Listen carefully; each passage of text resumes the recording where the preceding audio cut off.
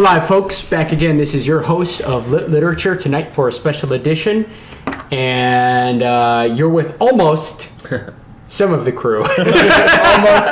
Almost some. Not the whole crew, because, well, I don't know. In a pandemic, it's hard to get a hold of those SOBs. And, you know, we all are in close proximity with each other, so we don't have any worries in that sense. But we can't even get the captain in here. I hope he didn't get abducted. I know. But I'm going to open this and pour this because we're going to do a very first revisit cheers. A very first revisit cheers. Wow. Very first revisit. We've been talking about revisit since episode 1. And this is our very first revisit. This is actually what started it all. Yep. And so let's do intros real quick, because obviously we're going to be talking and revisiting. Spoilers be warned. Or be warned for spoilers. Of the whole series. We're talking about The Way of Kings, but we've now read all three books. That are out. We might inject knowledge from those books either unknowingly or knowingly. So just be aware of that. Yeah. So read all 3 books before you listen to exactly. And watch our original episodes, because those are meant to be read with you. Those are read-alongs. This is a revisit where we talk about the whole book, the whole series, everything. And it's actually perfect, because if you've done those episodes as a prep for this is in a way kind of our prep for the fourth book, which is coming out in a few weeks. And these will be coming out rapid. These are bonus episodes. Right now we're doing releasing Mistborn, which we just kind of finalized as a team. It's coming out. Dark Tower just finished, but because November 17th is when I get my book, I think we all get our books, unless my audiobook comes in earlier. I bought the hardcover and the audiobook. So let's just put it this way. Look who's rich. The second that shit downloads, I'll be starting it. So anyway, we're going to do recaps of all 3 of these books. I don't know how long these episodes are going to be. We will kind of determine that, and it may change based on who's joining and whatnot. But essentially, let's have a cheers to The Way of Kings and Brandon Sanderson's 4th book, which is coming out. Should I get a drink for this one? Yes. You might want to. All right, we might have to do Brett's magic cut then. Or Randall Flagg. We could always have Randall Flagg help us out. All right, ready? All right. One last cheers. Yeah. Cheers. Thanks, Randall Flagg. We love being friends with Randall Flagg. I don't know if you know this, folks. All right, inside jokes aside. That was a good series. Anyway. Yes. So we are... we're revisiting this. So I think first, let's just kind of go through our initial inputs and opinions on this second or third read through, depending on how many times you've gone through it, or even recapped, which, by the way, if you are looking for a phenomenal recap to pair with this kind of more comedic or goofy recap that we're about to do, there's a legit recap online, which we will link down below, in the which we all used. This guy did an amazing job. I can't remember his name, but it was really good. It was really good. Yeah, so we're definitely linking that in there. Guy killed it. So check that out if you want more detail and you don't actually have time, which you're running out of time by this point, to reread these. Yeah. So just initial secondary thoughts. We should probably really quickly go through intros. Oh my god, I forgot. I know, I messed up the flow. Yeah, you know what? This actually happened with Mistborn 2 when we did a Randall Flagg power. Did it? Yeah. All right, let's do our intros, folks. All right, I get the cherry. Brett, the director. Ben, the hitman. And as always, the demon. The demon. All right, so thoughts? Who wants to start? I'll start. This is... I didn't get a chance to actually fully go through it, but I have read it twice already. And I almost think it gets better going back and reading it again, especially with the knowledge that we get later in the books. There are points where it just adds to all these super suspenseful scenes that are already amazing, but when you know what the underlying undertones between these, especially a lot of the flashbacks that you get in these earlier books, specifically with Kaladin and Shallan, and you knowing it doesn't ruin any of it. You're going back through these and you're just because you know what's going on, and they hint at little subtle things in there, and you're I know, and it's just amazing going through. It is definitely one, and it's such a big book that it's a lot to consume, and I think a second or third read through is not wasted at all. Yeah. It is definitely, there's a lot of stuff you can pick up, and it's a great thing. I know I'm picking up stuff constantly that I miss, or that we discuss later, and I'm like, I forgot. yeah. Or just that we talked about it, theorized, and then suddenly I catch it, you know? I catch it that second time through. Cool. So for me, the first time I went through this whole series, I mean, I'm still kind of like this a little bit. It's hard for me to like keep my attention on one thing for too long, but it was extra hard for me the first time I went through this because it was my very first audiobook ever. So my mind just wasn't used to paying attention to it. I'd always like switch my mind to something else. So this time, I definitely noticed that my attention was like much more there, and I was like picking up a lot of things where I'm like, oh, that happened? It was just like, I almost felt like I was reading this book for the first time again. Like, obviously the big tentpole moments, like obviously I knew Syl was, you know, a spren that eventually is going to be his, you know, it wasn't exactly the first time, but there were so many details that I missed that I was really happy to check out. Unfortunately, I didn't get through all the way through the book. I got about halfway through, and then I had to do the recap. Okay. But I definitely, I wish I had time, like, so only bad thing about the podcast is that if we didn't have other books to read for the podcast, I'd just read this book like 100 times. I really, really like it. I know. I'd read this series. I'd read all of Sanderson just on a loop if I could. Well, but, the rate that he puts books out, that loop will never end. Exactly. I know. It's so great. I love how like every single time I'm ready for a new Sanderson book, there's a new Sanderson book ready. So it's kind of nice. Yeah. But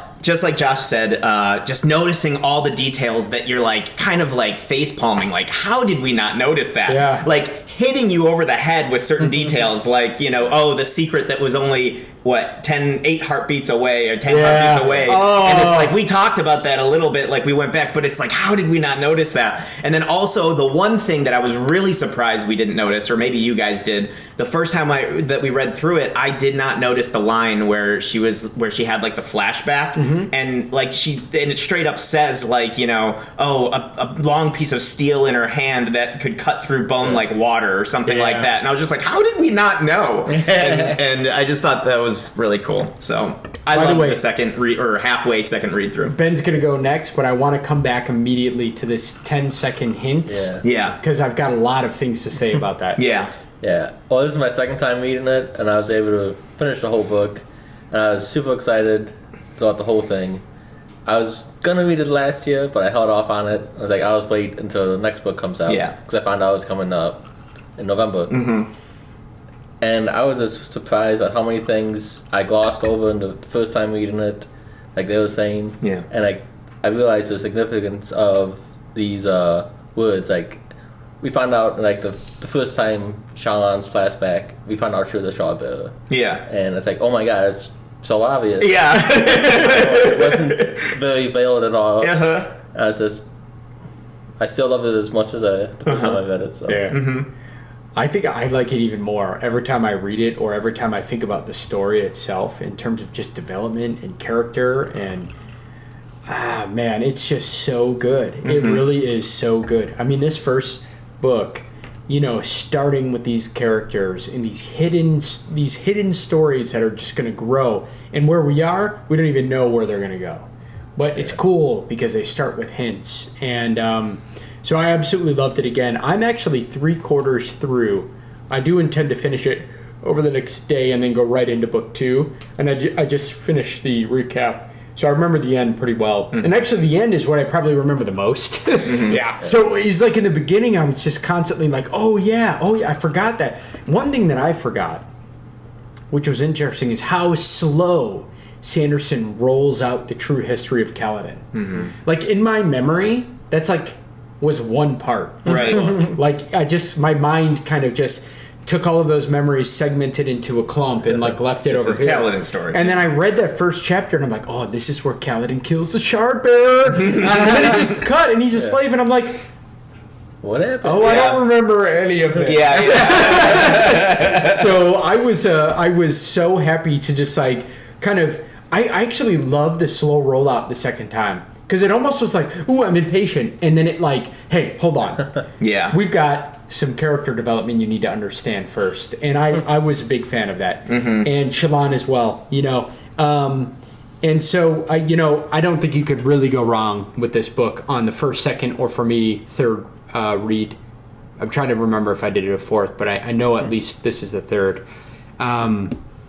It's so brilliant. Like what seems like such a little decision to like put that part split by the future. You know what I mean? Like instead of revealing that what happened to Kaladin, just like to have the aftermath before, like reading it the second time, like I loved that choice the first time we read it, but reading it the second time, I was just like in awe. Like I'm just happy. It seems like such a simple thing, but until you think of it, well, it's not a simple thing. And then he thought of it, and it was like brilliant. You know, he used it as a strategic way to give you some of Kaladin's character, which is that like he clearly is very different, and he gets these kids in his army, and that kid dies of blood loss. Yeah, and then we're like, he's a slave 9 months later, and like trying to think about how to escape or kill the slave master, who does get to visit us later, as we find out.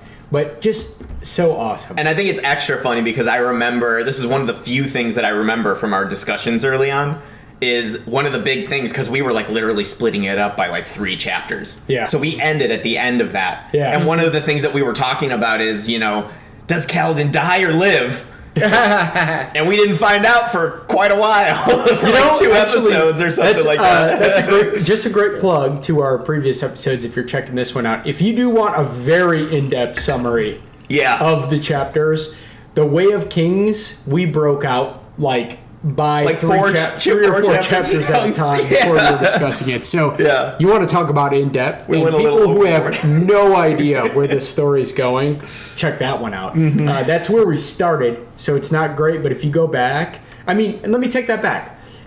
Production quality is not necessarily great, but in terms of there's like no video yet. And no video yet, but there's images, and in terms of if you're trying to review the story, and you know, you can't read, but you can, and you don't want to audiobook, you know, the 50 hours worth of the book, you know, that... Yeah, it's not a bad summary. Hey, we talk about it pretty extensively. That's for sure. Yeah. So I want to go back to the first thing that I think I want to revisit is this constant idea of hints. It's multiple times. In Dalinar, Adolin's, mostly in this book, Dalinar's, Shallan's, and Kaladin is, well, not Kaladin at this point, but this like 10 heartbeats away. The secret that's 10 heartbeats, constantly this counting. And actually there was a scene when I was rereading, I forgot how important it was, is the entire scene is broken out by a second count, and it's when Dalinar is saving Elokar from the Chasm Fiend on the hunt. And the entire scene is broken out, and it's like 1, 2, description, 3, 4, description, 5, 6, and the entire thing is everything that's going on in the 10 heartbeats that it takes for him to summon the blade. Yeah. And I just love that, because that hint, combined with what we get with Shallan, I mean, it should be telling us something, but yet our... I guess it was easy to not recognize it at the point, because we get that, and you just read a sentence about like, oh, she's got something in her hand and there's someone dead, and then it's like chapters like for later. This it's hundreds of pages. That's what I was telling Jeff earlier. It's like one of the cool things about these hints is that he can get away with it probably a little bit easier because they're separated by a lot of real estate. You know, essentially by the entire Mistborn trilogy 1. And but the thing I think is so cool is that never leaves us through all the books. Yeah, those hints are everywhere, and we actually have open bread bets. And book 3, spoiler. Well, you know, come on, guys. Yeah, you know this by now. We're not going to say it anymore. Now it's on you. Now it's on you. Yeah, but essentially in book 3, and we're still talking about it because Adolin summoning his blade in 7 seconds, almost like he's rekindling the bond with his blade instead of 10. The entire thing is building us up for 10, and then we're getting hints later. And when I hear that and I read that and then I remember that, and I'm like, no, this shit is going down. Yeah. Like, it's not even that we're going to have a system where it's like 10 heartbeats maximum. Yeah.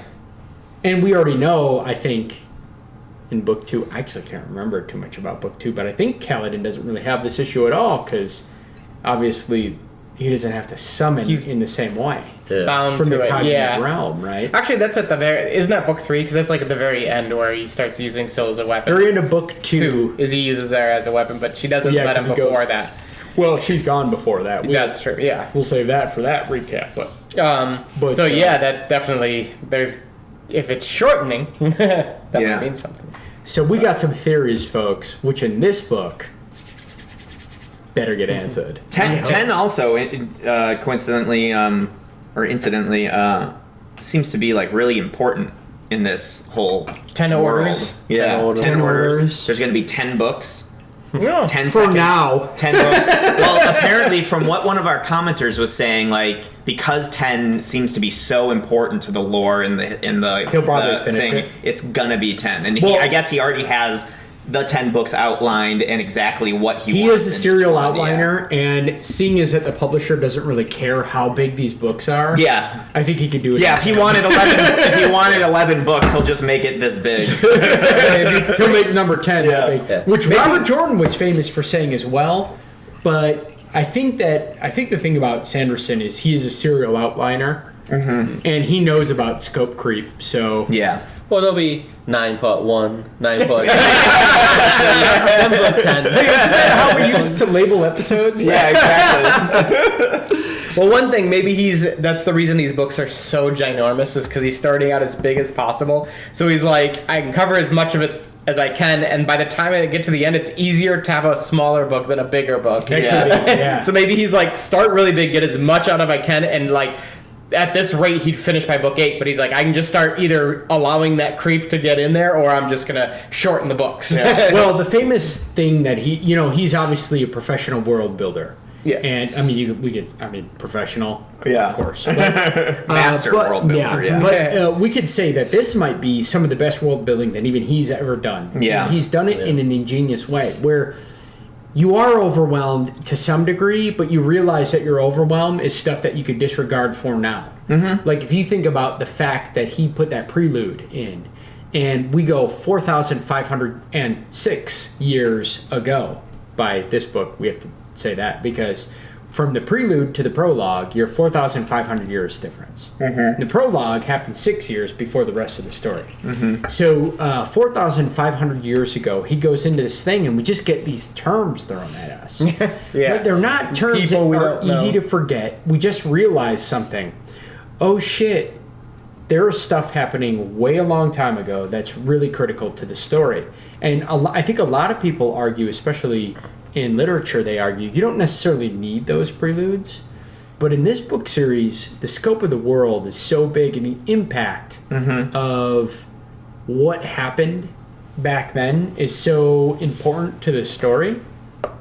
I mean, you could have written it out, but I think it just set us up to be like, whoa, we're not going to know what the hell's going on for a long time. I think also that insane amount of world building that he does lets him put in some of the stuff that we were just talking about. He can put in something pretty blatant and be like, I'm not going to ruin it for anyone because there's so much, and then the reveal will be later. The reveal happens, and that's when you can go back and be like, oh, he mentioned something about this, and why didn't I get that? Like we were saying, well, it's because he has so much built in here that he can easily he can just throw stuff out there and then come back to it at a later point, and So everybody here has now read it at least once, and let's talk about this prelude. So we're 4,500 years ago, and we get the heralds. Really quick, sorry. Yeah. Just because I wanted to touch on something that Josh said. Yeah, no, go for it. Before we move on. I actually feel like, because you were saying maybe he's doing that so that he can have more leeway at the end. I have a feeling that these books are so thick because 10 is really important to him. And when he outlined the whole thing, he realized he had to make them these just huge books in order to fit in everything that he had outlined. Yeah. So I have a feeling that they may stay somewhat the same. They may not keep getting bigger like we were joking, but I think the last one's probably going to be at least as big as The Way of Kings. I think it'll just keep staying. Where did I put that one? Is Oathbringer the biggest? Oathbringer's the biggest so far. As a matter of fact, I think they all get bigger each time. And I don't know if that trend's going to change. Yeah. Although, we thought that for Harry Potter for a long time, and that did change. Yeah. We went up in 5, very, very big. I bookmarked that huge page.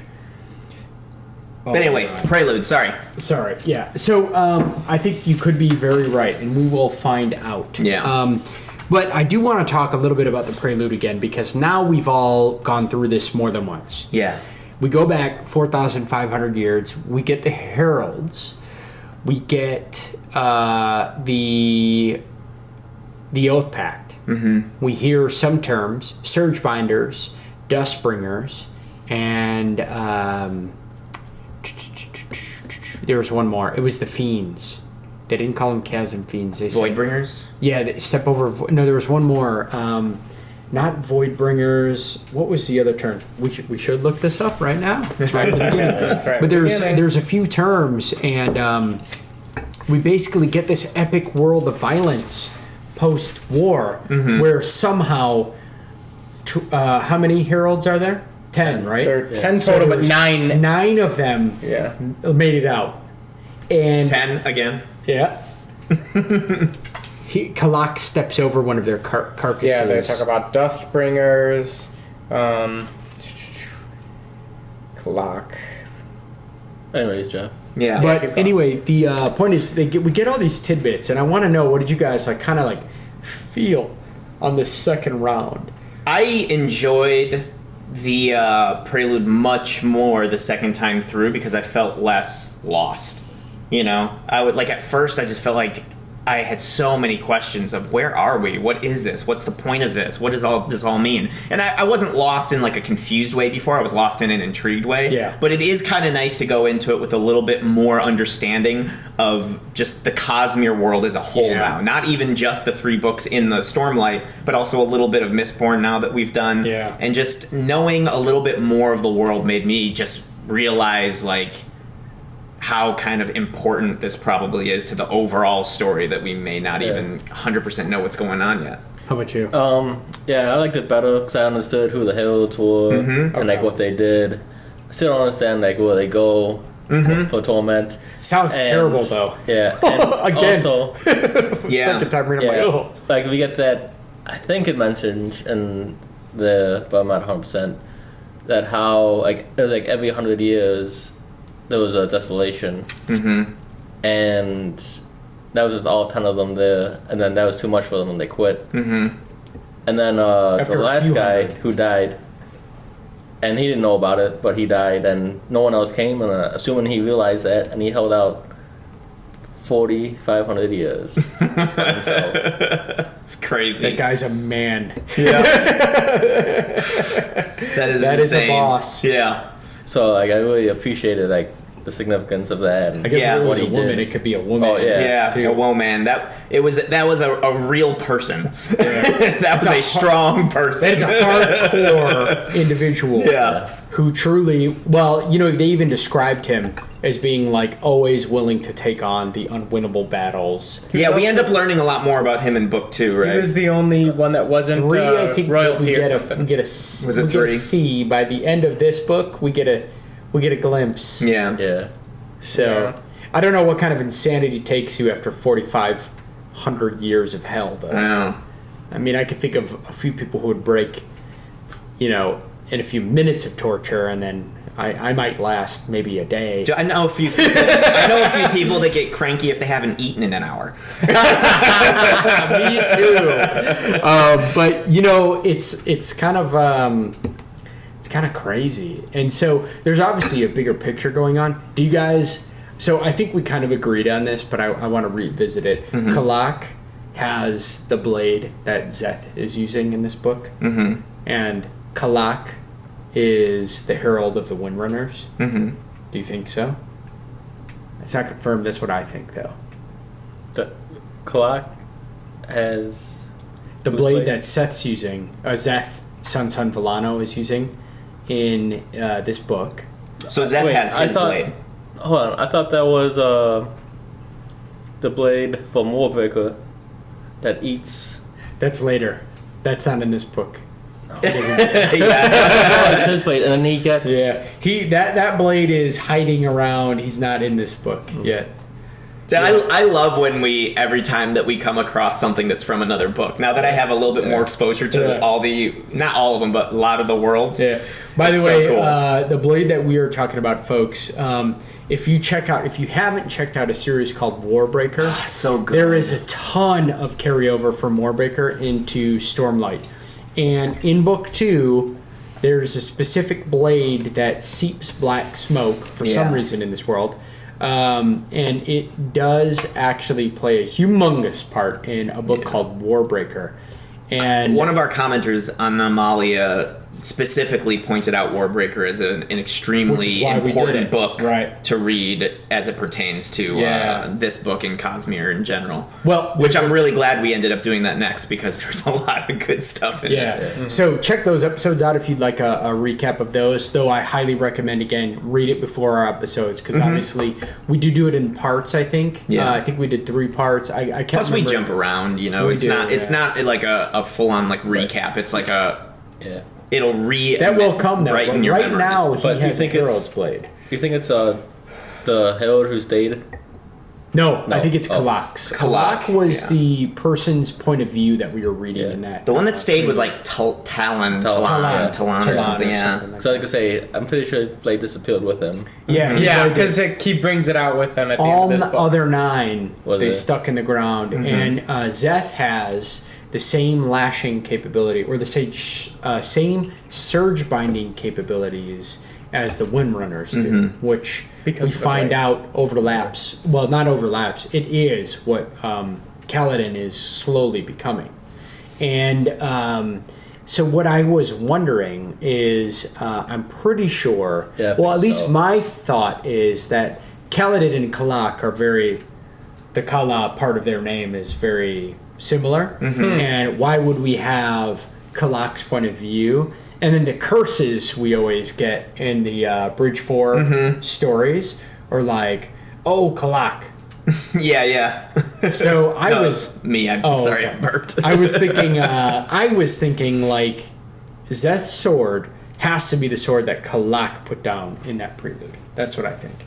Potentially. I don't know that for sure. But I want to agree with you, but I know that somebody that's like one of the encyclopedias that follow us is going to point out why we're idiots, and I don't want to leave myself open to scrutiny. I also thought, I don't know if this is correct. I just thought of something I agree with you. I just thought of something that I should have remembered that might prove my own point. I was going to say, doesn't he get his powers from his sword? He does, and because it's one of the Herald swords, so they don't need a spren. They just, if they have that sword, they get the 2 powers. They get the power. And I realized though, didn't they use that sword to train in book 2? They did use that. I'm pretty sure that in book 3, Bridge 4 is using that fucking sword to train. Like, I should know that. I don't remember. This is how new this shit is. We almost can't remember these books. I know. I can't remember. I honestly don't even remember what happens in book 2 and 3. Now it's going to be like don't you know how some of those Brett bets were really not me cheating? Yeah, but you have a better memory than I do. I forget this shit a week later. It wasn't until I was literally talking about that I'm like, wait a sec, weren't they training with that sword? So, since we're talking about him a little bit, though, I do want to just make a comment about, like, how much extra, now that we've had a chance in the other 2 books to kind of live with him a little bit, how much extra I really feel bad for Zeth in this book. Oh, I know. Like, extra. Dude, I feel so bad for him. Yeah. I actually, when I'm reading it, this is my 3rd time reading it, and now that I'm reading these chapters again, I'm like, oh, that poor bastard. My memories were actually more of an oath-bound kind of cold-blooded killer. Like, oh, I have to do this. But I really picked up the hints of him being tortured by this. Like, well, not really the hints. The straight up him saying it. Like him crying. I didn't remember that from the first one. I remembered it being much more cold and like, I don't want to do this, but I have to. Yeah. He was really tortured by it. I give the first chapter, that's how he was portrayed, pretty much. Like, he was like sorrowful about doing it, but he was like, my job. Yeah. Yeah, it's more like an assassin. He becomes resentful. Like, it starts. You could tell that it's wearing on him as he starts. Like, you reach for these natural, like, well, it's their fault. They're dying too easily. Why won't they kill me? Like, you get so angry about it. But you can definitely feel the anguish that he's got. Yeah. But The other thing is I picked up on the pleasure that he has when he's just like serving these idiots. like kind of just uneducated poor people, and he's just like, if only I could just carry groceries and you know mop the field and just get whipped and beat for the rest of my life, I'll be so happy. You know that it's bothering you when you like are nostalgic for the days of just being a normal slave. The one being sent on. You know what I mean? Yeah. It's like, oh yeah, whip me, make me do chores all day, just don't make me do this. Like, this poor guy. I felt so bad for him. And it also, I mean, not to get ahead, but it also really, the first thing that popped into my mind when I was reading the crying scene when he cried, and I was really starting to reprocess how much this affected him, really made me feel extra bad for him. We'll talk about this in the next book probably, when he comes to the realization that he's not truthless and that he's been doing all this shit and he didn't have to. I know. Man. It reminds me of that Brett bet that we cleared up. Thankfully, with me being one of the victors and Manny losing like a mofo. It was, is the Oathstone like magically binding, or is it just his like mental culture? And I just felt so bad. I had to drink on that one. Yeah. So did Manny. Yeah. But yeah, I believe that was my Brett bet. I initiated that. I thought maybe it was magic, I believe. Dude, if you think about it though, like, could you imagine, like reading just 3 chapters and being like, I would think the same thing. Yeah. To be honest. Well, since we're talking about Zeth, I do want to bring up a comment that we had specifically about Zeth that I thought was pretty good. Let's see. This was from Tangent. I think so. Tangent is the name of the commenter, and he commented on one of our episodes where we were talking about Zeth. I think Zeth is honorable, but not very moral. Oh, this is because we were talking about if he was bound to an honor spren or something that. I forget. Or that if it was an honor blade or something. And he said, I think Zeth is honorful but not very moral by our standards. This is a paraphrase.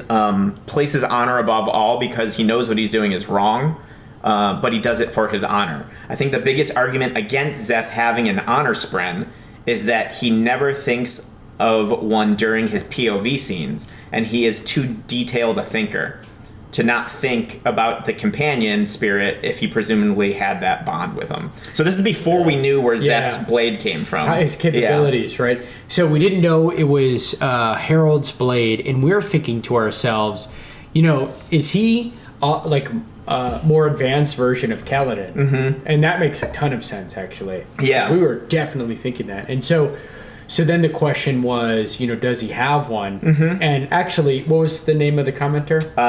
Tangent. Tangent. Great comment and great catch. I'm really glad you were reading that with us because we don't find out exactly the origins of his blade until like book 2. Book 2. Yeah. So that was a good catch. And so we were talking about that for quite some time. So I really do think that's a great catch and something that we were kind of questioning, but I like that comment a lot. Also, since we're talking about Zeth, that story that Wit tells Kaladin about the people on the island, yes, and anyone who makes a mistake, they just kill right away. Like a whole group of them swarms them and kills like a child, an old man, just dropping some drinks on the ground. And then they find out that the Emperor is dead and they go mad. And they were just killing people for no reason, that they can't blame the Emperor for that. They had to blame themselves. Yeah. And I also felt this story really related to Zeth because he got named Truthless because I believed that the Voidbringers were back or the Displacement was coming, and his clan was like, no, that's ridiculous. And they banished him and called him Truthless. Yeah. And he's doing all this stuff to atone kind of as his punishment, to killing people as his punishment, more or less.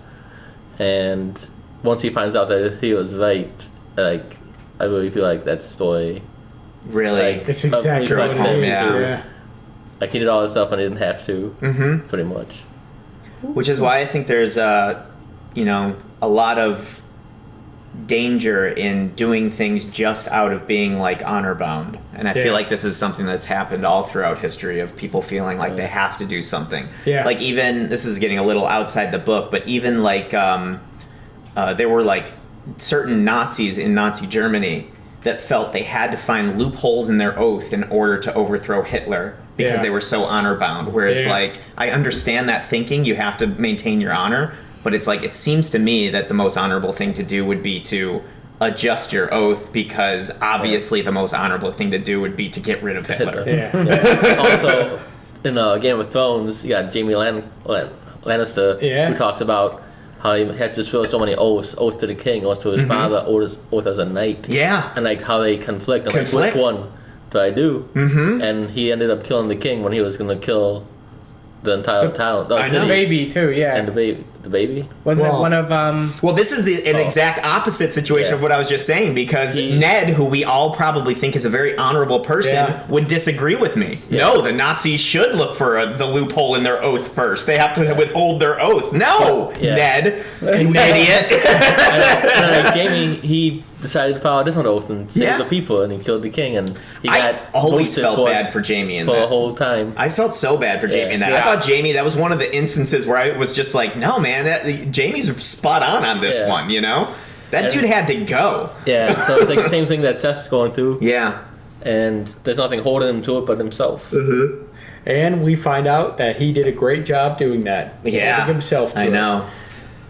And even to gangsters or to farmhands. Mm-hmm. But that's tough. I remember, rereading those chapters was re-enlightening, I think. The other thing that was re-enlightening, which I want to talk about, was, it's really easy to be extra frustrated with Kaladin. Mm-hmm. And his hate for the light eyes. You just say that because you are light eyes. But also, dog eyes. Let the light eyes talk. Wait, what am I? You're light eye. Yeah. Hazel. What's Hazel's? I don't know. You're in the middle. Yeah. You can marry like a 10th non or something like that, whatever they're called. Whatever the high. Well, actually, they even say that if you get a high enough non, you're able to marry into light eye family, like lower tier light eye families, which is interesting. But I did love this move, and I think Sanderson took a. And I'm gonna talk before I talk Kaladin specific. I want to talk a little bit about this, but I remembered how I'm really sorry to cut you off. Okay. Remember where you are. But we made this mistake the first time, and somebody yelled at us. Okay. So Don is what the dark eye ranks are, and Non is what the light eye ranks are. And they're different. And the lower the number, the higher the rank. Lower and higher. So one Dons can marry 10 Nons. Yeah. Or two Nons, because Kaladin was a 2. And he could have married that girl. Yeah. So his father was able to raise the ranks specifically so that Kaladin, a second Don, could marry the 10 Non girl. And that was Ashlyn Mario Sequeira. Thank you, Ashlyn Mario Sequeira. There's I don't know. I probably am pronouncing it wrong. Yeah, we apologize for that. But this commenter, Ashlyn, and Amalia are two that comment quite often with a lot of really good factual knowledge. So they're part of our encyclopedia viewers. So we're like one of those. We I guess what we do is hope that you guys are on the Reddit forums and all of the Stormlight stuff and like help us out. Yeah. As long as there's no spoilers, we don't care. We like that stuff. We're here for the chuckles. You guys are here for the hard facts. Yeah. So bring them in the comments. Yeah. But I mean, that's something that I really liked that Sanderson baked into this, because I forgot in the way that he tells Kaladin's story, it's a really easy to see why he's so jaded towards it based on all of his experiences, but also how the society is so crazy. Like, you see how things from 4,000 years ago impact how an entire society is acting now. Why are the light eyes even like considered higher? And the funniest thing is, it's for some reason it's light eyes with darker skin and dark hair. Yeah. And I know we talked a little bit about this in, I love that. Brent Weeks they just chose a different thing to be stupid about. Yeah, it's like, but like in Brent Weeks, it was similar because they were using his power and stuff. But for this culture, it's because the Alethi people were darker. Yeah. But if you had light eyes, you were somehow like related to. It wasn't the actual genetic color of your eye; it was the Stormlight power. Yeah, the shard power. Right, from your the hills, I believe. Like making your eyes illuminate. Well, I think it came from the hills and the radiance. Yeah. Because it radiated their eyes, and they wanted to emulate them. Right. Like, oh, their light eyes, they're better than us. Yeah. And somehow they took that away. Exactly. Yeah. They lost the facts. They just got like this thing that continued on, and nobody really was questioning. Why is this continuing on? It was probably someone that something that originally started as like the heralds or the radiance should be the one that leads us. Well, the people with the glowing eyes. What was the reckoning? What was the day of the reckoning? Yeah. It was all the people who took those shard blades from the day of the reckoning. And their eyes started glowing. They were like, this is an easy way to control people and stay in power. Yeah, there's one thing, like, I understand where the light eyes came from, but so far I don't remember some of the other customs where they come from. It's really interesting, because they got the safe hand, and how they have to cover it hand. up. Like, it's really like, because back in the day, you control your ankles, that's super provocative, and then there's like your knees and your thighs. But for them, it's like, oh, you can show all that, but you gotta keep your hands safe. That's interesting. I don't know if we ever got a glimpse into why that is, but it may just be that it was an arbitrary selection of how to show modesty, and that modesty was the important thing, but the safe hand became the thing, and they just chose it like, oh, just cover it up. Or what if it had you wipe your butt? Yeah. There are some cultures I know you that that's like, don't shake your hand. You don't with shake your your left hand with your left hand. Yeah. Listen, I don't know this, but I do have a question. What if it had to do with something about how you summoned something? Like how you summoned your sword? Well, maybe, because it's only women, though. Yeah. And right now, shard blades are only men, because Dallin, I was really surprised to see a female shard blade. Yeah. But there's also a lot of other stuff, how they split the culture into, like, the food, even, like, only spicy hot food for them and sweet food for women. How only women can read and only some men can read glyphs. Yeah. Like, jobs are split, like, the whole society is split between men and female. I think in general, societies have a tendency to take a proclivity to something and then over generations form that into a necessity for something. Yeah. It's like, oh, women have more of a tendency to do this, so we're just going to say that you have to do that. It's like, no, you don't have to do that. Yeah. Well, do what you want. We were actually talking about this in the first book when we were getting kind of but I'm really interested ingrained into the Alethi culture. Yeah. And it's a fact that the Alethi culture is a war-like culture. It's a competitive war culture. They've just been unified 6 years ago, and already they're competing against each other. It took an insanely strong will to essentially turn them into one nation.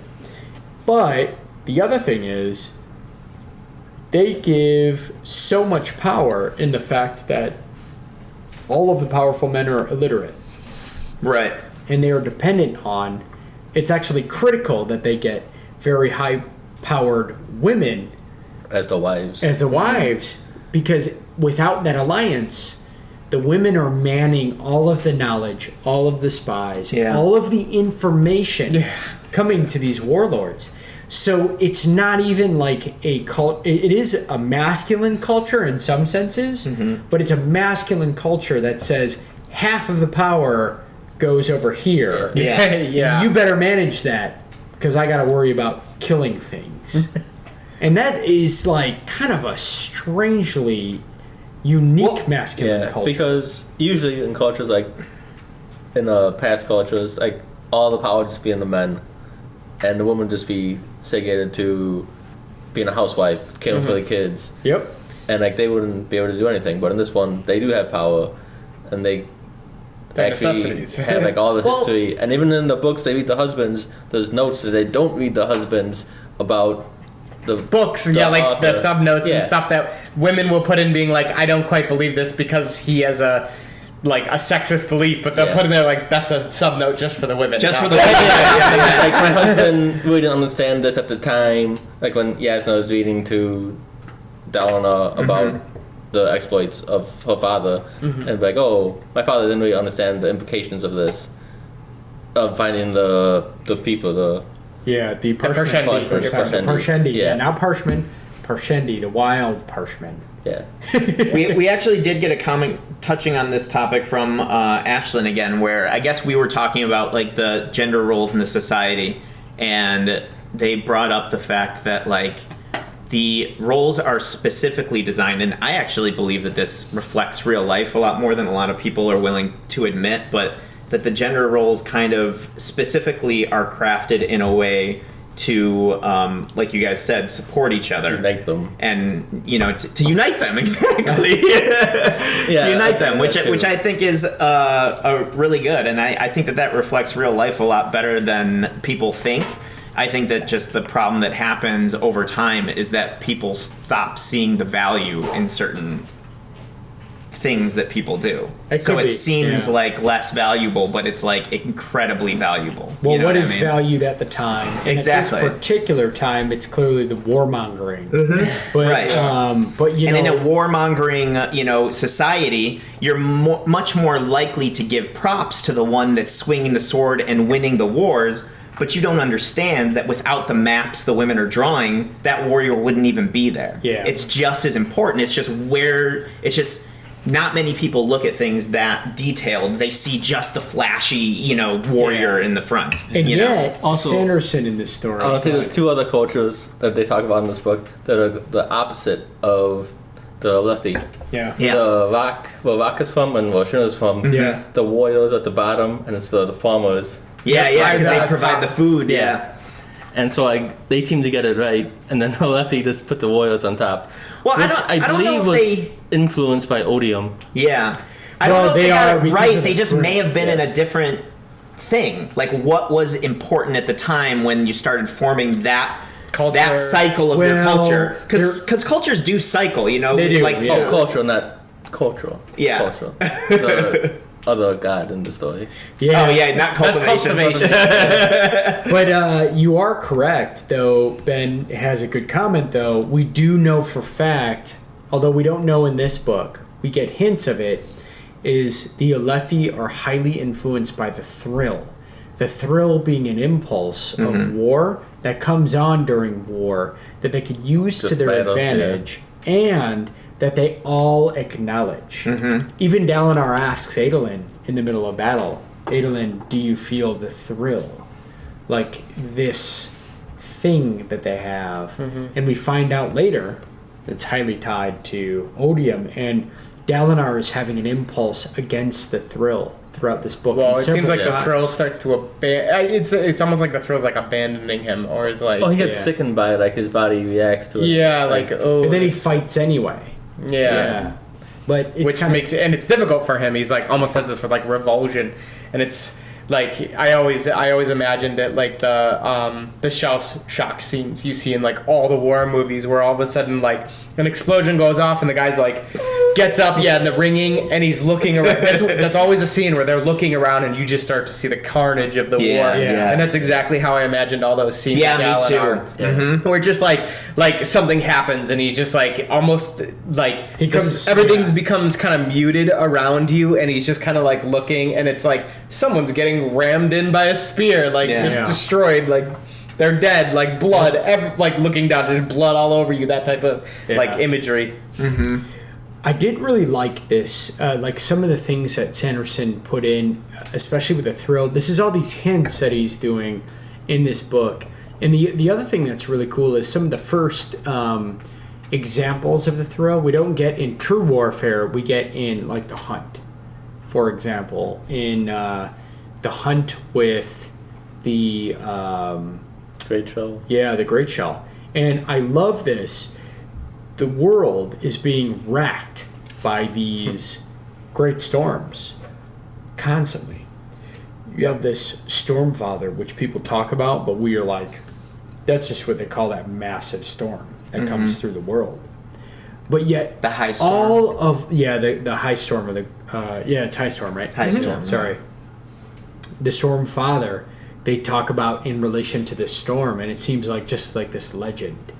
And all of the chapters in all of the world, Sanderson writes these strange little, awesome little evolutionary ideas that creatures and life would have to just constantly weather the fact that one of the worst storm, if it racked our planet, would just demolish everything that we have standing up. Yeah. It's like animals are shelled. They go in ground. The they grass hide, reacts. They turn.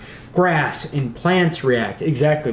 Everything reacts to the fact that, every once a week, this massive storm comes down that could wipe off mountains or cause avalanches or... It's basically like a line of tornadoes. You can pick up boulders at a peak gust and throw them. I know. Which also scared the shit out of me when I was thinking about that more deeply this read-through when they strung Kaladin outside during a great storm or high storm. And I get pissed when it drizzles. But it's like I really do appreciate that about the detail in this story, especially when Tien and Kaladin are picking up plants and looking for rocks and these little mini shelled creatures, and most of the creatures in the entire world are designed to handle wear and tear. It does shells. Though. It goes through a gradient, whereas the storm goes, it slowly weakens, because when we get the traveling merchant, the girl, she's like, this is so weird walking on grass that doesn't hide. Yeah. It doesn't pull back, and it's it's just so soft, it's so weak. How does it survive? But by that time, it's once you get to the Glass Lake, or what is it, Glass Lake, or the really thin, the Pure Lake, where it's it's really just light drizzles. It's little gusts of rain that will come through, because it's just as it goes through the world, it just gets weaker, and that must influence those cultures with having this stormlight to even get to them. So, great interlude we need to talk about, because you brought it up, which has to do with the Pure Lake. Yes. That's it, Pure Lake. Yeah, so at the end of this, not only is that where I think Remember what Josh said about this in the first time? So... I definitely did not agree with him right away. Did he say they were hilled? Yeah. So we even did a Brett bet on it. Yeah, we got to talk about this one. So there is an interlude which Brandon Sanderson has come out and actually said, and there are certain things in here that gave me a heart attack because we just did Mistborn. Yep. Yeah. And holy shit, am I so shocked right now. But I know. I don't know the other two characters, but apparently I know one of them because we did Mistborn. Well, let's talk about this. So because I did Elantris too, so I should know the other guy. I just can't remember them. But these three guys are looking for wit in their world hoppers. Yeah.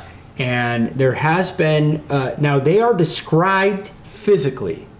They're described physically, but they have fake names. They're using fake Now, in the book, though, it doesn't say that they're world hoppers, right? No, we just know this because of the Sanderson interview that he confirmed it. Well, correct? we also knew that there was something really up with them fishy. if they're looking for wit. Yeah, because we all know wit. We knew wit's a world hopper. So we're like, okay, these guys are clearly outside of the realm of story. Yeah. So they talked about it, and they've essentially kind of hired this fisherman to, keep an eye out in an area they think wit is chilling in. And as it they don't know his out, name's Wit, though. They call him Hoyd. Or he may go by Hoyd, but he changes his name a lot. Well, which we also have to talk about in a second. Yeah, even Hoyd, he does say may not be his real name. Yeah. Right? He's using it because it's somebody he loves. Hoyd, definitely isn't his real name. Or I guess he could be lying, but he saes it's definitely not his name. He took it from somebody that he loves, which I want to talk about in a second, but let's finish this. Yeah. So the three guys are world hoppers. Or General Demo. Demu? Whatever. In the audiobook, he's amazing. Galadon? Because he's like, got this French accent. Yeah. I am General Demu. I thought that would make sense anyway. I never even imagined him like that, but that does make sense. And I freaking this love idiot that actually reads. The names that they give the three in the book, in the Way of Kings, they call them the guys are Thinker, Grump, and Blunt. Now wait. Yeah. Can you read the descriptions of them real quick, Josh? I can find that. It should be easy to find. It's in the.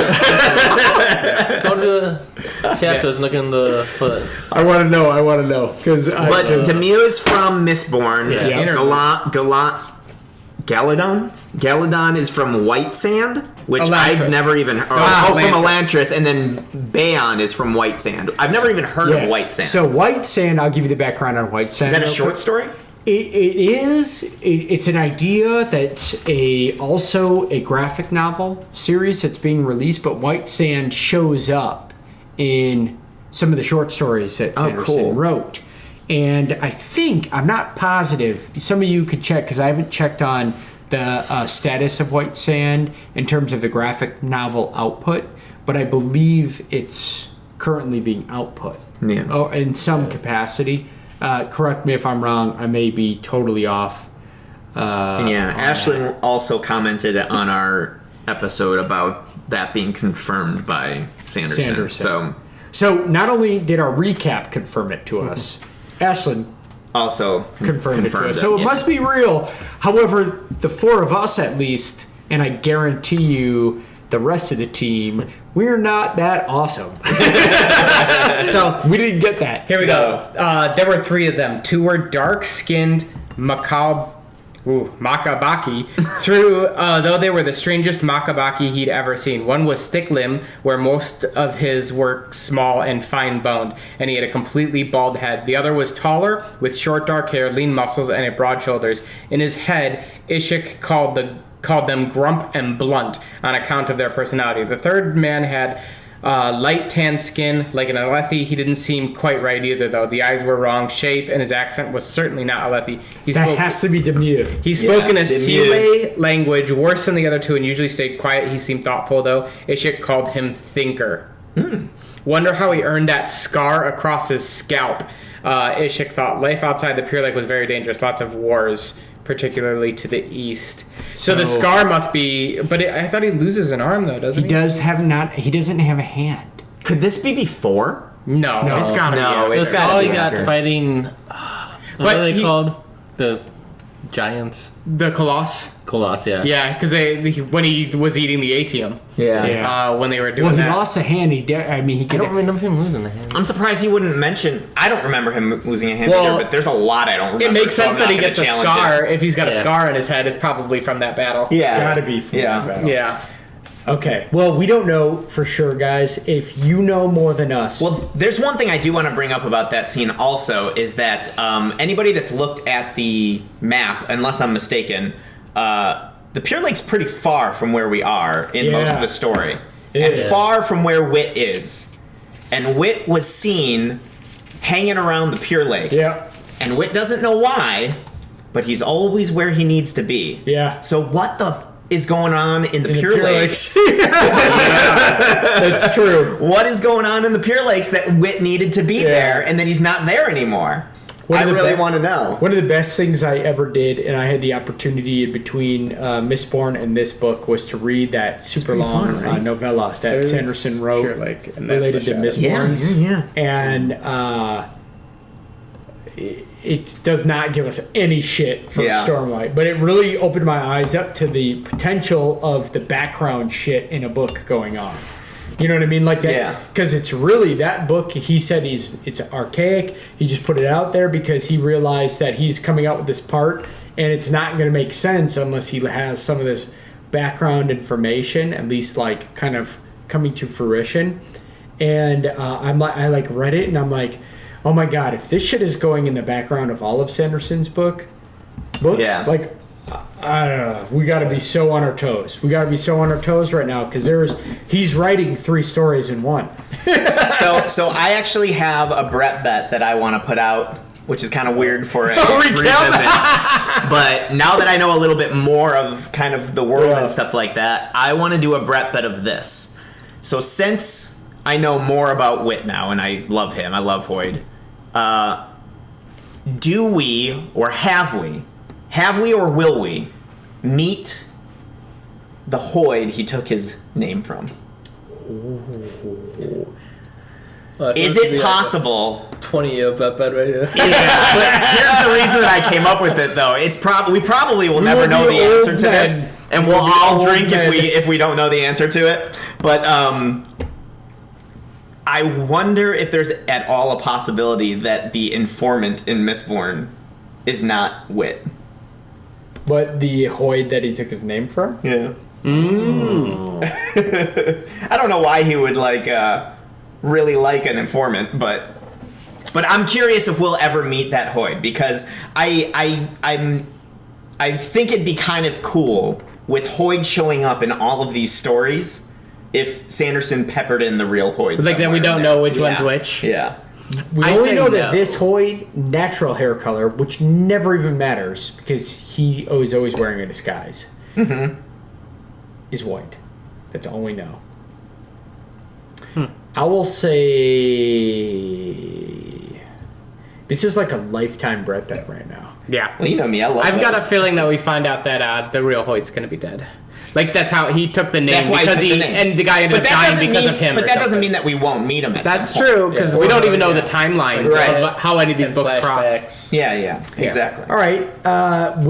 So can we? No. A flashback counts. If we get a Hoid flashback in book 9, where he talks to Hoid, that counts. Can I just clarify the Brett bet by saying this? Okay. Is it that we get to understand the true nature of the original Hoid? Yeah. Well, we meet the original Hoid, and we all agree that is the Hoid that he got his name from. Deal. I'm in. Ben? Yes. Yes. Jeff? I say yes. I'm going yes, obviously. I got at least 20 years worth of books before I have to worry about Josh is going to drink so much. We're going to be all... You're the only no. We're going to be crotchety. We're going to be going through, and every single time we don't get one, I am further vindicated in my correctness. So I will be getting constantly reaffirmed that I am right. Yeah. But until Sanderson passes away, we're going to be like, could happen. Pretty much. All right. Nursing home arguing. That's Hoid. That is Hoid. No, it's not proof. Sanderson's dead. That could happen. So, all right, there you go. We got a Brett bet and a recap somehow, but it's happening. But we do... I gotta say, though, it is really cool to recap this after Mistborn, which is pretty fun. So we do get Hoid. Hoid is a much bigger role in this book than in most books. Like, he's the wit. Yeah. He's a legit character. Yeah. And he's influencing shit, which is dope. We get actual books from his point of view, actual chapters, whereas all the other one... Yeah. I don't know about this book, but maybe in the next book. Yeah, I think... Well, no, the last chapter is from his point of view. Remember when he's sitting there and he's like... Last chapter, when he sees the Herald come back. Yep. But the other thing that we get is at least he's a major character. Yeah. Like you're saying.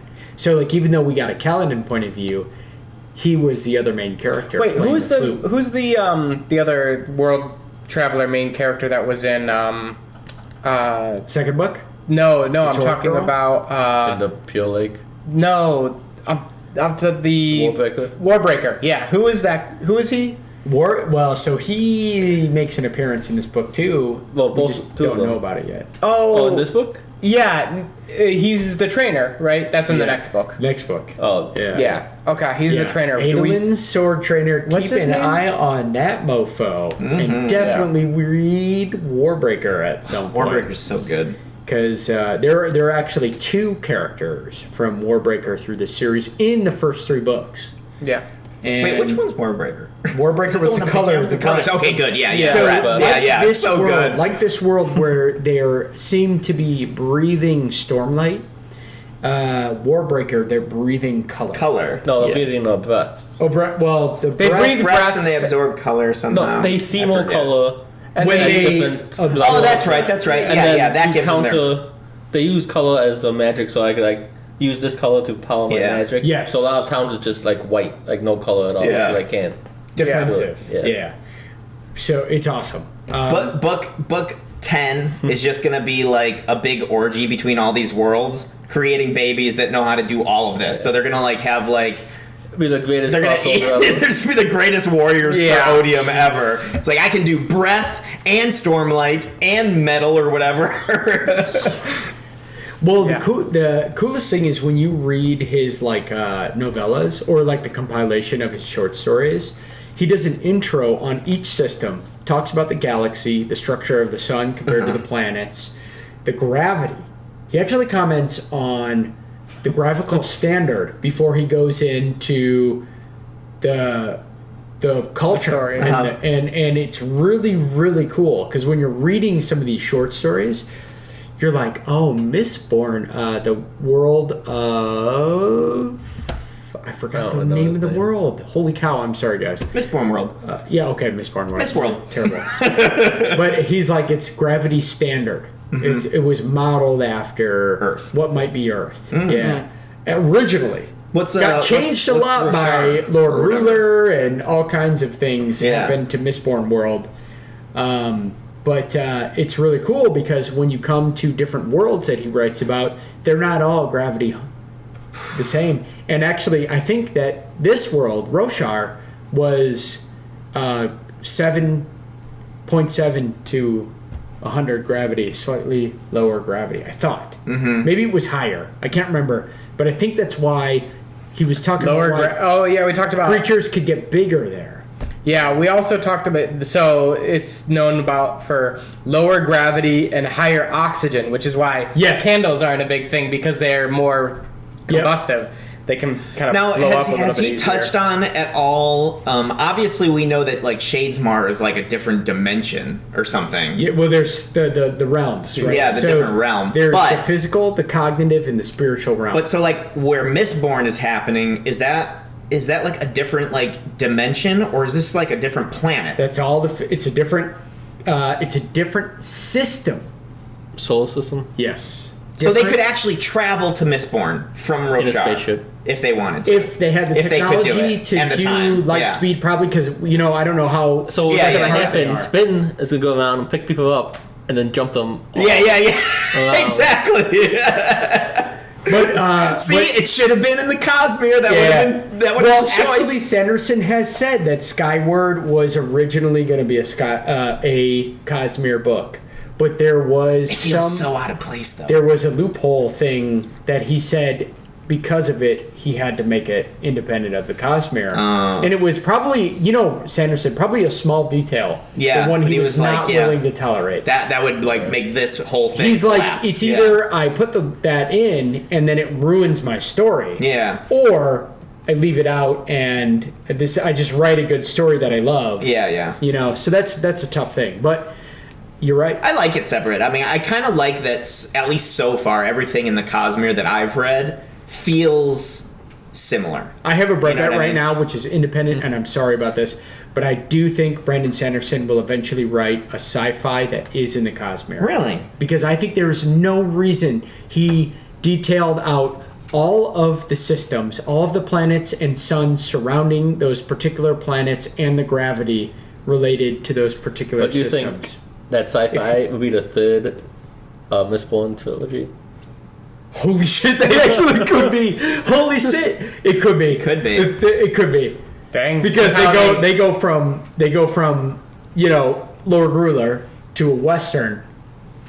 It could be the next one could easily be. Holy shit! Dude, Ben, that was amazing. So Jeff's a yes. That's amazing. Ben? Holy shit. Wait, what's that? By the way, there's supposed to be Will there be a sci-fi? Yeah, it could be the fourth Cosmere. one. It could be the fourth one, Brett.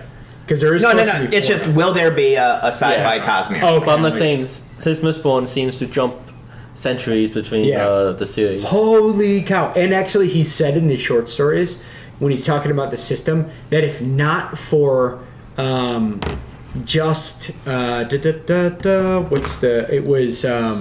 to say yes. What were the two gods in the Mistborn series? It was Ruin and Preservation. Mm-hmm. And if not for Preservation's influence on that country, they might be the most advanced out of all. He said that.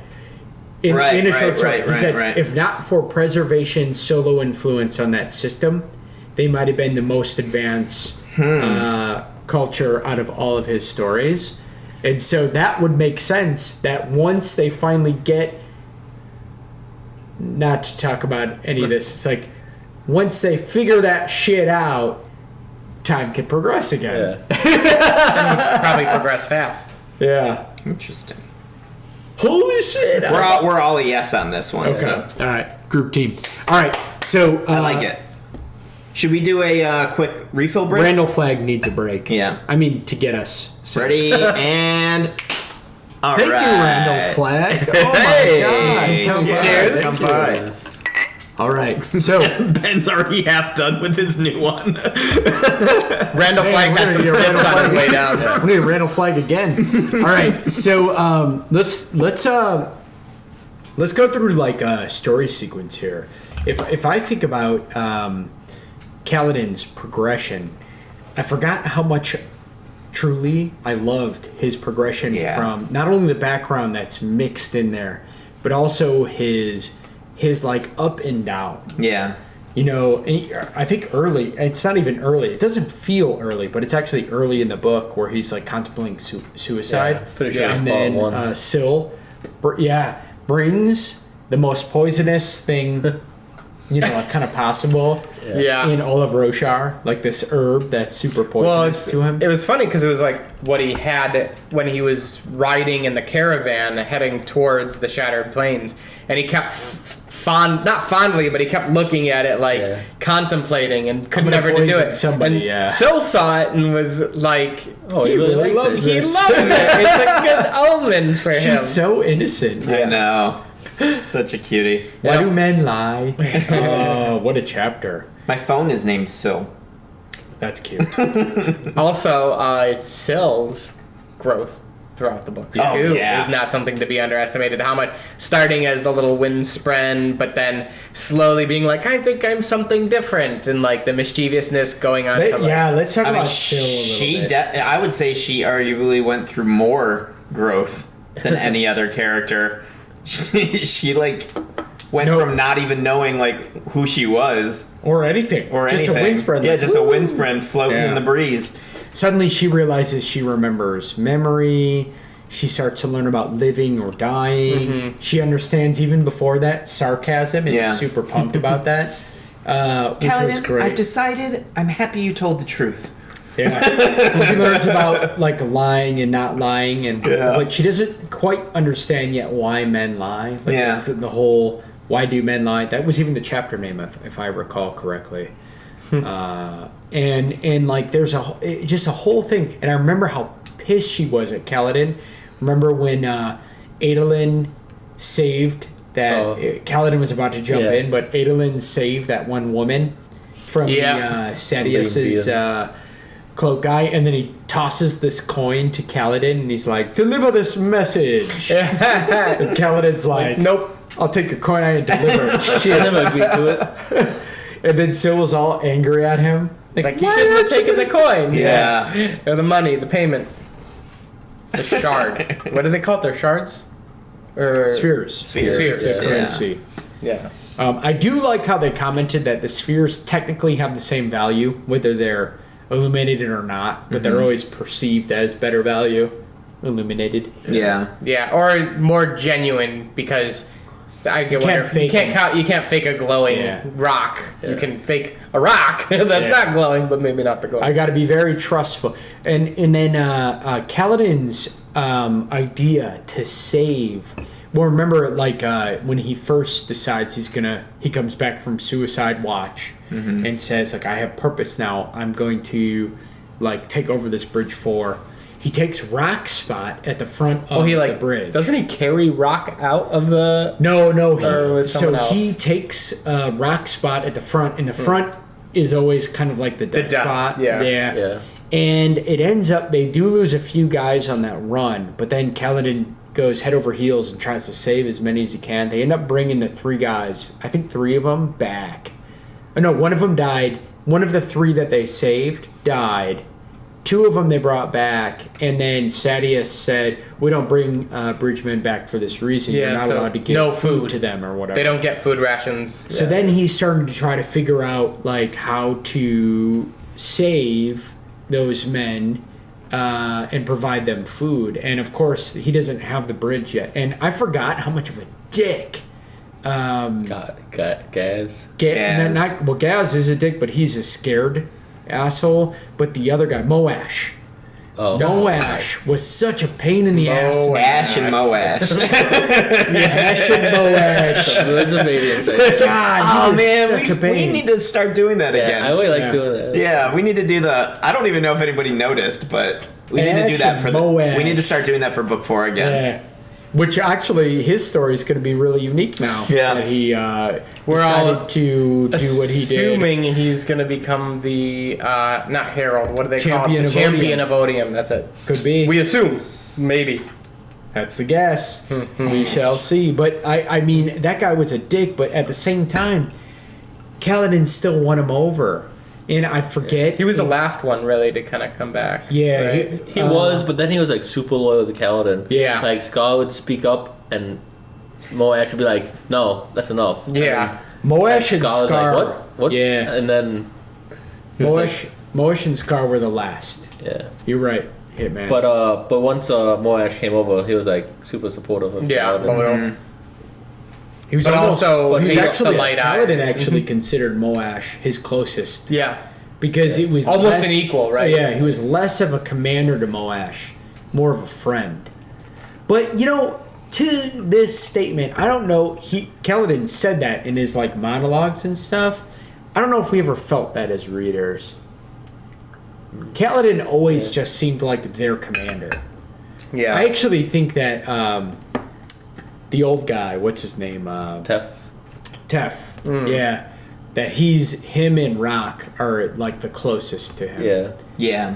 In my opinion. But I know they came around loyally first, but Kaladin always said in his monologue that Moash was more like his buddy. I think also Moash was like more his age and like more his temperament. Yeah. Than like Kind of a dick. and Tef. Moash also hated the Light Eyes, kind of had the same, not same situation, well, similar situation, being like dark eyes trampled upon by the wealthier, even though Moash was probably a more higher or lower Don, right? Yeah. Because his family was a merchant family, and then they got kind of crushed by... well, they were kind of very similar, actually. They were both kind of high. Because like if you low, I mean, no, but I mean, a lower number, meaning they're higher status. Yeah, and as it turns out, it's actually not the king's fault. Well, in a way it is, because he was weak. But it was that same, between Kaladin and Moash, the same goddamn High Lord screwed both of their families over. Amaran. Not Amaran. It's the one before, Rowan, the one who took over for the guy that was friends with Kaladin's dad. Rowan, I forget his name anyway. Yeah. But anyway, that guy screwed both of their families up. Yep. Yeah. He was exiled out there because of the shit he did to Moash's family and other stuff, but... Yeah. You remember that at all? Nope. We're going to be so excited in the next books. I don't remember anything from book 2 and 3 other than like some huge tentpole moments. Let's get some Brett bets in. All of that. All of you guys just want to sing a drink. Yeah. All of that shit I remember though, like Moash's experience and Kaladin's experience, it just led up to that culmination of like the first part of book 3. Which was literally me just like drooling vengeance. You want to know how much I don't remember? I even forgot that Moash ended up being against them. That he like whatever you guys are talking about. I thought they were still like cool. Should I say it? No. No spoilers. But he like regretted it too. Yeah. I remember talking about that. We did talk about like how he regretted it a little. And Brett, you're gonna love the next read. Oh, dude, I'm enjoying these rereads a lot. I just thinking to myself like, holy cow, Sometimes my bad memory pisses me off, but then other times it's like I get to watch this again for the first time. I have actually read a whole series before with enough gap where I'm like, I don't remember any of this. Dude, I've watched movies before that I'm like, I've always wanted to watch this movie. And then like halfway through I'll be like, I've watched it. This guy dies right now. I've fucking seen this before. Yeah. All right. So, but the good thing is, like, the setup is just so gold, and so it actually scares me. So it scares me because we're in book 1, and the setup is so gold for book 2 and 3.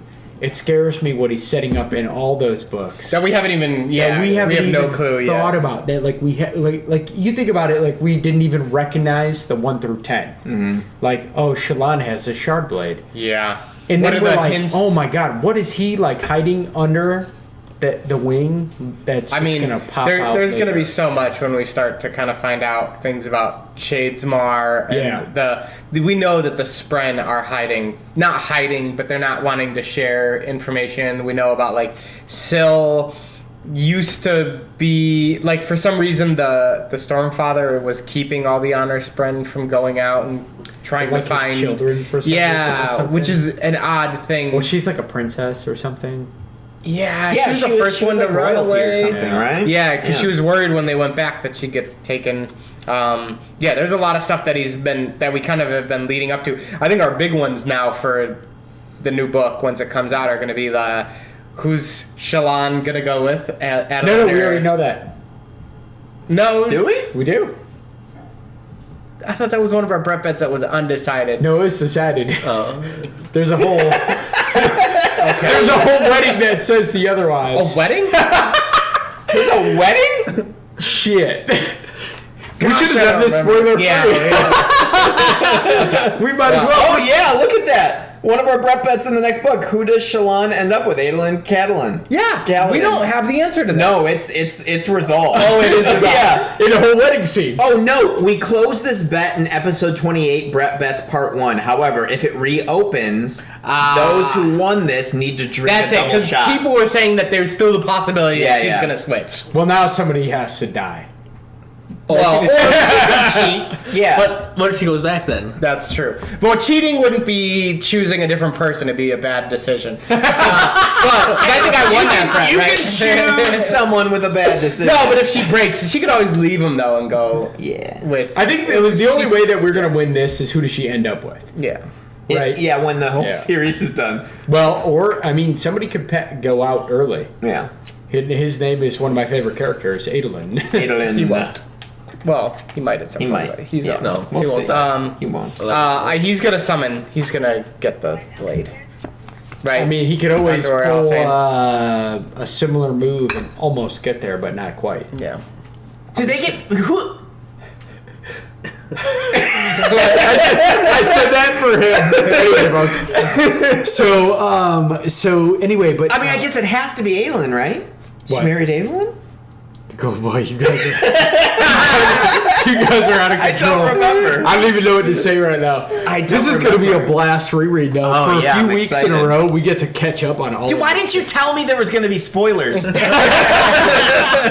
should be a warning at the beginning of the episode. I was saying, you guys are like, it can't be non-spoiler. You guys told me that. I know. I'm fine with it. I'm fine. So I do have to say though, I'm really like impressed with the arcs because I realize now when Brandon Sanderson, this is going to be 10 books long, and you think about where our characters came in books 1 through 3, which by the way is the same size as 3, 6, 9 books. I can't believe there's 7 more books of this. I'm so excited. I mean, it's just like so. Like I also can't believe that it's going to be 14 years. Yeah. So you know what's crazy? Or sorry, 12, because the other one's coming out like I right was now. thinking about this, right? So Kaladin, we literally get to read from, a boy to going to war as a soldier in his area, despite the fact that he's second Dan, to protect his brother, to going through failing at protecting his brother, winning a shard blade, turning it down, getting turned into a slave, then getting put into the Bridge 4, winning his way back up to captain level under Dalinar, and then becoming kind of one of the first posse of renowned heralds. But when you think about this progression, it's only book 3. I'm like, the amount of character development in all of the characters. And let me go to Shallan, for example. Well, can I comment on that really quick? Oh, okay. Let's do one at a time. Yeah. Okay. So there is a part of me that worries a little bit about Sanderson doing another knockdown of Kaladin. It would be a bad one. It would be a really bad one. He'd actually probably go evil. Because this happened a few times now. And when he finally feels like he overcomes it, I wonder if, like, everybody he's protecting is going to go down. I mean, Dallina and Adolin would die.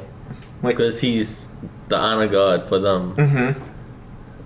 That's what I worry about. Which means Shallan would end up with Kaladin. Who's with me? But I do worry about, like, I don't know, Sanderson really seems to love putting Kaladin through shit. Well, you gotta understand, remember that we don't know this story yet, but you realize how much of the story is unsaid. Who here thinks Sanderson got bullied by a dark-eyed person in high school? Sanderson a dark-eyed person? Good question. Like black and white can't Based on the black and white photo, I'm gonna go yes. Chief, because Ben Sanderson was light-eyed and Kaladin bullied him all throughout high school. All throughout high school. So he's like, you know what? I'm just gonna keep knocking this guy down.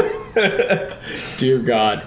But you know what's it's kind of crazy because honestly, if you think about the Heralds were all very good people. Remember, they had decided to take the fate of humanity in their hands, make an oath pact, and basically go through hell for great long periods of time, as long as they could, to stop this reoccurrence. And then lie to everybody and say they won. Then they broke. And so, the thing is, even good people out can there break. still, right? Even good people can break. Oh, so yeah, dude. It's for sure. It's clear that, and then you get later where we are, and we know that some of the people who were from the original Oath Pact are legitimately insane. Mm-hmm. Let's not even take the Justice guy. What are the Justice... do you have your poster, Ben? Yeah. Oh, the poster has... It's Bridge 4. That's a Bridge 4, okay. I guess...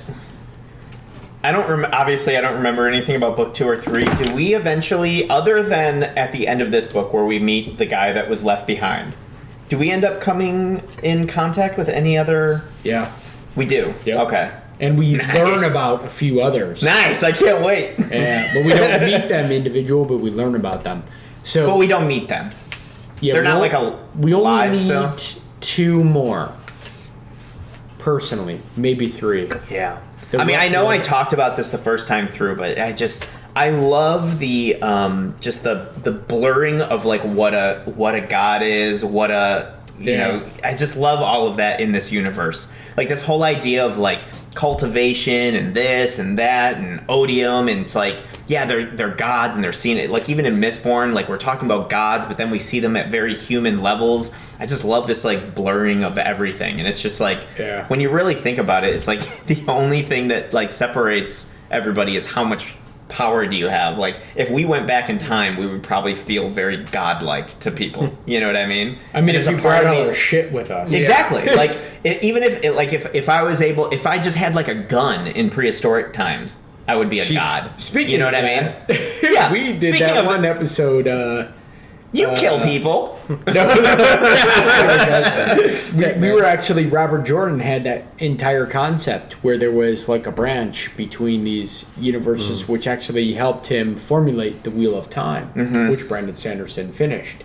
And in one of them, these people would come back and have flash magic. Yeah. Because they would come back and they'd have a gun. And they would, it wasn't really back in time, it was more across universes. But it called it flash magic. Something That's funny. like that. Yeah. You talk about Warrior Batai? Yeah, Warrior With Batai. those people who came down in the airships? Yep. They had some advanced technology and that they could... Well, but also the people would cross over by accident. Mostly it was women, and they sometimes had guns. Oh, yeah. And they would shoot people, and they were these women have, magic. Yeah.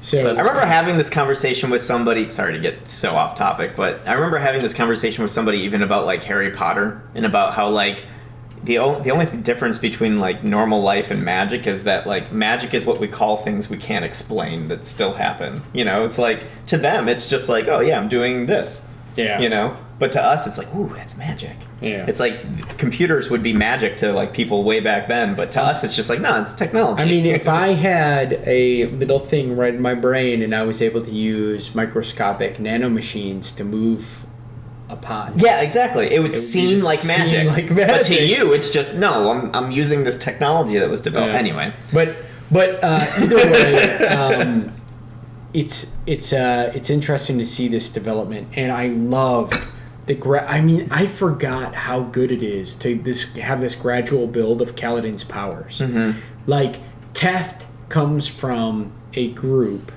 Where he's ousted from, that knows and actually believed that the Radiants would come back. Well, also the Heralds would come back too. Yeah, So. and so like with them, he's like learning a little bit about the words, and he's starting to learn that he should learn how to control these like lashings. And it was cool to see that because we were introduced to a high level of understanding of the lashings before the story started in the prologue. Yeah, with Zeth using very all of the lashings, like to the T, and then later, Zeth kills easily two different shard. Do we ever learn how Zeth came to be in possession of his blade? Yeah, we do. Nice! I'm so excited for the new books. You're actually excited for the recap. Yeah. So Zeth, though, he was so proficient in a battle with a full shard bearer, not just a full shard bearer, but, the king. What's the king's name? Tervangian? Gavilar. Gavilar. Oh, Gavilar. Gavilar, Dalinar's who's just brother. as good, potentially, as Dalinar. Dalinar. Nah, Dalinar was better, but close. Because Dalinar was the reason that they pretty much would say, like, Dalinar is the reason they won the war. Everyone was scared of Dalinar. That's, like, the only reason everyone gave up. He could have also potentially just been the one that was getting all the glory because he's able to be risked. Well, we actually He was know like a what- berserker back in the day. Yeah, He was insane. He was. But Gavilar could potentially, I mean, I'm not saying he was, but he could potentially be just as good. It's just they didn't want to risk the king. They didn't want to put him out in battle.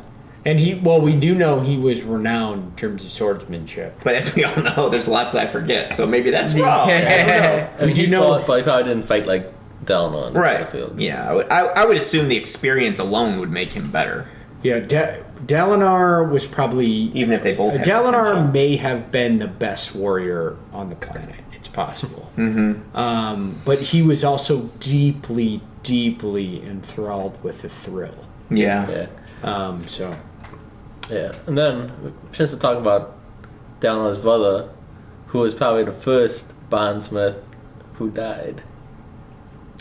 Oh. Is that in this book? Oh, well, they talk about it a lot. They talk about it in another book too, but he was going through the same changes Dalinar was. Yeah. And that I think they mentioned that he was going through the same thing during the High Storm. That's Yeah. right. Do they So- talk about that in this book? They hint at that it. wasn't Yeah. in the recap, and Yeah. unfortunately, I didn't get to read the second half. They only hint at it. All we know is that Gavilar is much more knowing than we think. He hit a lot. He was part of a group, which we think may or may not be good or bad, but he was doing things for a bigger purpose, and he was starting to go by the code and go through all of this stuff, and even on his deathbed, coax to his brother to find the words. The most important words a man can say. So, like my guess, Which, if was- you're married, is I'm sorry. You think his My guess- father was starting to bind him? Yeah, like he had to spend, like Kaladin does, and Kaladin was saying Syl was saying what's the most important words, and he knew them, and he was able to enhance himself and the battlefield in the last chapters, and Oh, were those Kaladin- the oaths? Yeah. Oh, okay. So that was the oath that Kaladin said to protect It was, those who can't protect themselves. It was the first one was life before death, Strength Before Weakness, And Journey Before Destination. That was the first. That set all of them that share. All of them shared. Yeah. And then each one had like their own Subsets. Things like the Protect will those that shapers. can't be- Shalans are what is your secret, or they have a secret like Yeah. that way they Yeah. cannot Tell a truth. Yeah, but the secret second one you for cannot tell. Wonders was.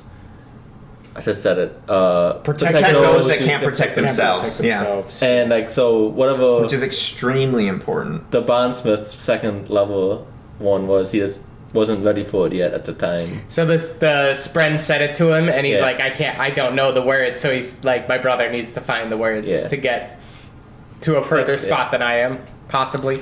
Dude, it's so amazing to think about Zeth killing him like trying to talk to the Stormfather or to make that bond and failing on his deathbed. Yeah. Oh boy. That's insane. That whole little prelude or prologue takes such a different little angle from Prelude. that. Prelude was, I thought, the because Oh no, yeah, you're right. Kalak. Yeah. You're right. I always get a mix because there's two in a row. There's a prelude and then a prologue and then the story. That was like an interlude. No, That was this like was chapter one. Of yeah, no, it was prologue. It's a prelude. Because all of prologue. Zeth's stories in the first book are interludes. I know, but in They're this like one, little things that go before the the parts. first two Anyway. things you read. Prelude, then prologue. Yeah, it's prelude with Kalak. Oh, and then his prologue interludes start. with Okay. Zeth. And then part one starts. No, interludes. The first interludes is after part one. Yeah, they Right, go that's in it. between each Yeah, part. yeah. Yeah. So it's really interesting though to think about that context.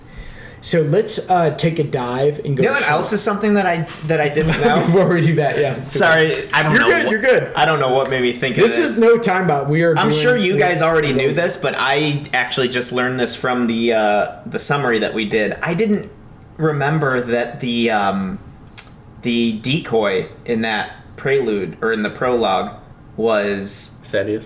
Sadius. Yeah. Yeah. I don't know didn't if they remember say that any at names all. or anything. They only They hint mention at it. it. No, they definitely They mention do it. at some Yeah. point, yeah. I don't know if is it in this book that Yeah. they mention it? Yeah. Because it's the Yeah. reason that there's like a bond between Dalinar and That's why he trusts him so Sadeas. much, even though they're not Because friends anymore, Sadeas right? tried to lure the assassin away. Yeah. Yeah, with no armor, no shard blade, just a cloak running away. Unfortunately, Zeth is just too good. Yeah, he was too good. We had his perception there, and he's like, this guy's really good. It must be the king. who's Yeah. renowned swordsman." Yeah. You should have just died easier. It was and then close. we They would have should've- never I know. known. It was closer. Like, if you think about when you listen to Zeth's son Villano killing two shard bearers when he's assassinating another king Like, later easily. on. Easily. I mean, he had a lot of challenge. He was actually getting beat, and it was because he lured him out onto the balcony. Yeah. Because he triple lashed the balcony But and so gravity down. so far, he's the toughest fight we've ever seen. Him have. Him for have. Sure. Yeah, In Sure. book one. he's had like almost no Yes. trouble with anybody up until this Well, point. he gets like except for him. frustrated that no one is putting up more of a fight 'Cause he He's wants like, to "Just die." Kill me, you bastard. Yeah. Yeah. How dare you not be better? So I want to turn it back a little bit because Okay. Manny would be irritated at us if we didn't talk about Shallan. Well, then he should have showed up. So let's skip it. Shallan and Yasna. Yasna, so- his favorite character. His Yasna. favorite character. Yes. So ignoring his favorite character, let's go to Shallan. Yes. So Shallan, I can't believe Manny didn't show. Shallan's Ashamed of you, character Manny. development. I remember reading this first time and being like, man, I just You want to go back to Let's go Kaladin's back story. to Kaladin. I want to know this story. Second time, I'm like, oh, this is like, I like this balance. Third time through, I'm like, oh, Shallan's story is so rich with hidden gems. It's out of control It's really good. good. It's just, I know she's coming from like a An abusive, sheltered house. well, but Yeah. they started off where you don't really know that. You Yeah. think, oh, it's, Country she's a bumpkin, light-eyed. like light eye. And I type think thing. it's designed perfectly because Kaladin's story is only making her story feel like less because of the whole. Well, I think that one of the reasons we feel that way is because that, like, as dudes, we're like really kind of looking forward to that next, because a lot of Kaladin's story is like really visceral and actiony. Yeah, but yeah. Wait, but I think the fact that we know what's going to happen now, I think we're able to pay attention to these details that make Shallan's story so intriguing. But I think it's even more than that. I think it's also that because we've gone through Shallan's story, you realize that when you're first reading it and you don't know, you don't notice some of these. Yeah, you're just like, well, she's just proper and kind of has this noble, and she's trying to save the family. You don't understand how dark that story is until later, for sure. And so then when you know it and you're going back and rereading that and you're applying that like dark knowledge to how fucked her story really is, you're like, oh, that is different. Yeah, that's context. True. That's true. You know what I mean? Yeah. So like that's like part of it. So I remember my first time, I'm just like, oh man, this bitch is trying to learn stuff. Well, it's funny too. Like, I want to see Kaladin break out of slavery. Yeah, I don't want to learn stuff. Like her brother is sitting there, and that's he's obviously like, a total. I know. I'm just kidding. I'm just kidding. No, I am. Just making sure you know I'm kidding. Okay, go ahead. Her brother's like torturing the crabs out in like the garden, and you're like, oh god, like her family's like all messed up, and you're like, oh, like a bad like abusive brother or something, or this guy's like gonna be like a total question creep mark bad guy. on that yet. And then all of a sudden it's just like, oh shit, he's probably messed up because of their father. Like that's a whole messed up family. Like you start to kind of understand that later. Yeah, and you get this like super darkness coming around with that stuff, and then you find out in the truth towards the end, the secret that she tells is that she killed her father. Mm-hmm. And then you're like, oh snap, this is like crazy. I feel like, I could be wrong, maybe I'm remembering an episode after, but I feel like we somewhat guessed that happened. I think in we the had early a bet episodes. We had a Brett bet on that, didn't we? Yeah, I think so. we were discussing it. We were discussing it. Yeah. I don't think it was the scene with the sword, the obvious one that we were talking about earlier, but I think there was something later that made us wonder. Well, she like standing there, and there's like she's in front of her father's body. I think that's in like one of the flashbacks. Yeah, one of the flashbacks, looking at her father's dead body or something. Yeah, like, well, god, it's ingenious how we get. Actually, I think Manny brought it up. Yeah, because I think Manny brought up the fact that like, oh yeah, she totally killed her dad or something like that. I should check. Anyway, go ahead. But the cool thing is that we get these little hints because Yasna knows a ton about her family, and she says this stuff, and like, why didn't your father's second marriage do this and that and whatever, and there's all this stuff going on, and her responses are so good, textbook. We as readers are definitely suspicious, but I don't know that we knew the story was as dark as it was, and we don't even know the whole story in this book. But I remember reading it now with that context, and I'm like, that shit is dark. Yeah, it just brings a whole new field of view to her story, and it makes it so much more interesting. I honestly think reread value to this series is just absolutely fantastic. I think more so than, I mean, I haven't read as extensively as you guys, but I think more so than any other series that we've read. I that's why I said before, like, if we didn't have other books that we were doing on the podcast, I would just read Sanderson on loop. Yeah, because I think that he's just so good at, especially in this series, so good at like peppering in all these details and just having things that just make so much more sense each time you go through it. So we've got these two characters we're kind of following through, and we get introduced to a lot, and then Dalinar is kind of like the third, I guess, main character here.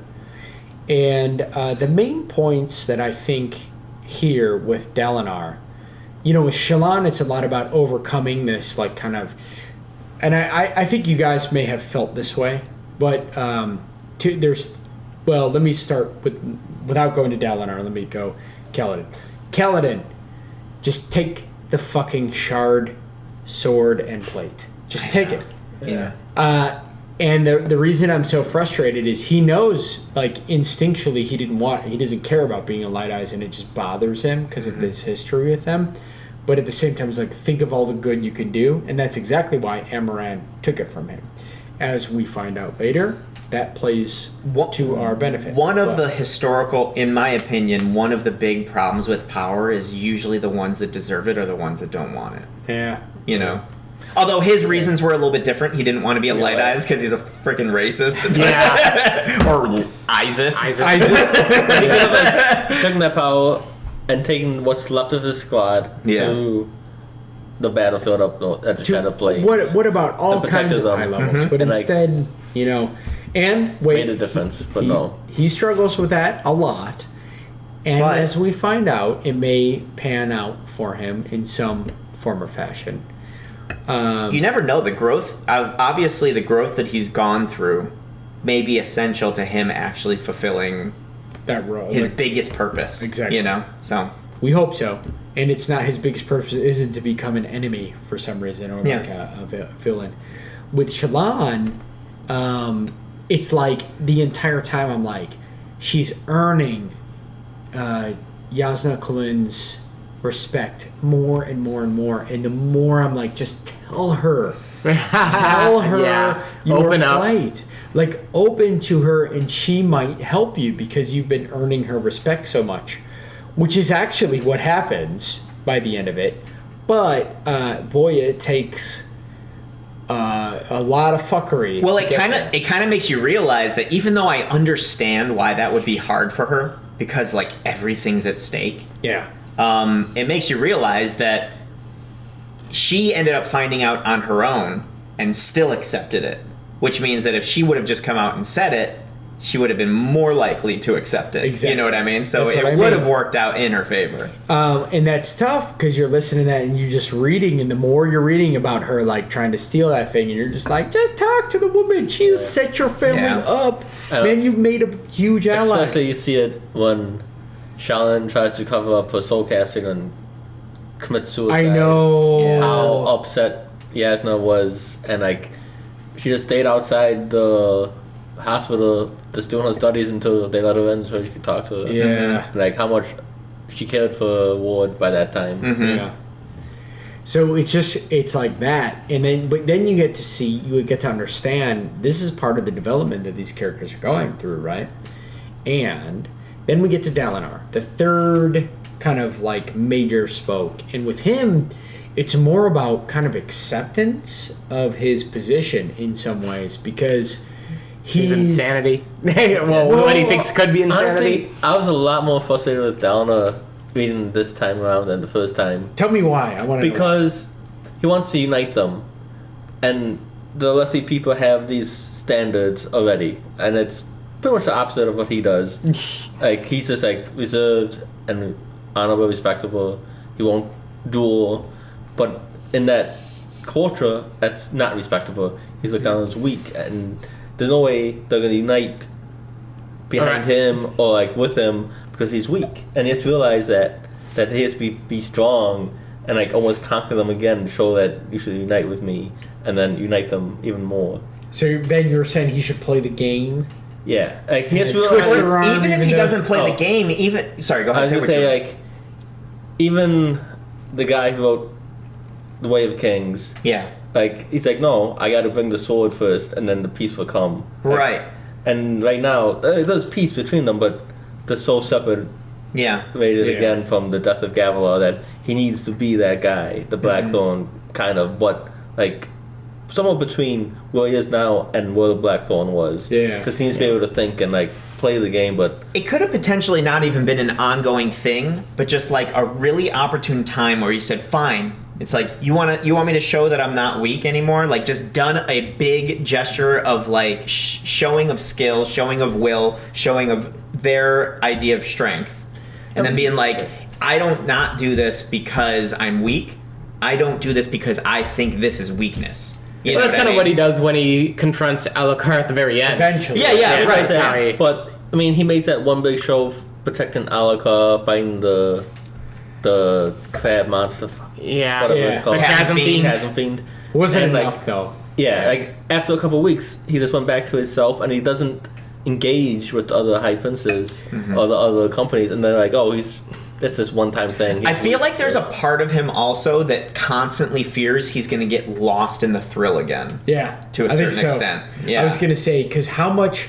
It's like an addict. Think about this. Like, he comes and he's like, let's do a joint assault, right?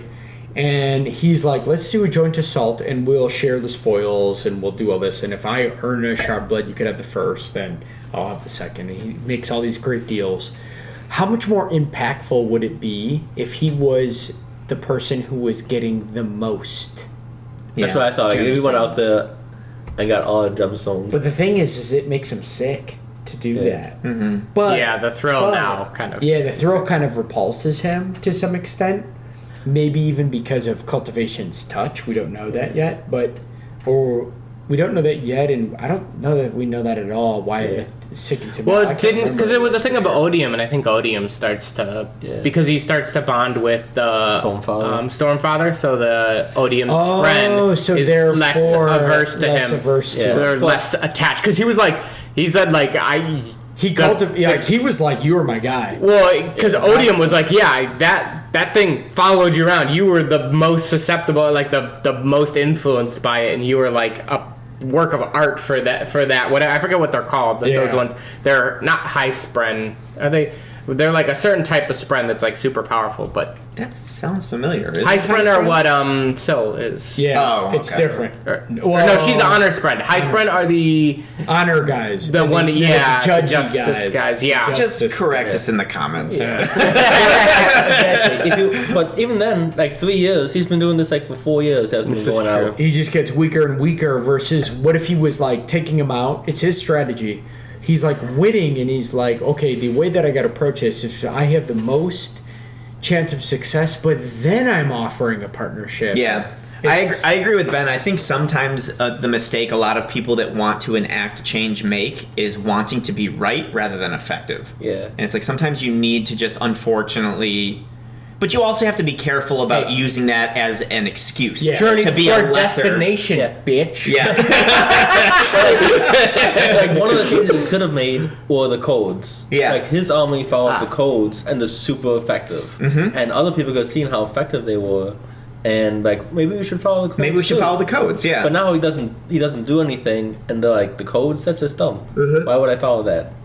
Yeah, he could have that be like an entry point. We're doing the codes, and look what we're accomplishing. Because my army's so disciplined, exactly. already they can. And then when they start doing the codes, now you introduce another element. We're also doing this, and look how effective we are. Yeah. In a way, that's the beauty of Adolin, his son, who respects his father so much, is following the codes for that reason, but and therefore actually has a very like kind of kind heart, but also is like, I need to whoop these guys' ass. I'll duel. I want to go through and start dueling. They could not be disrespecting this. Yeah.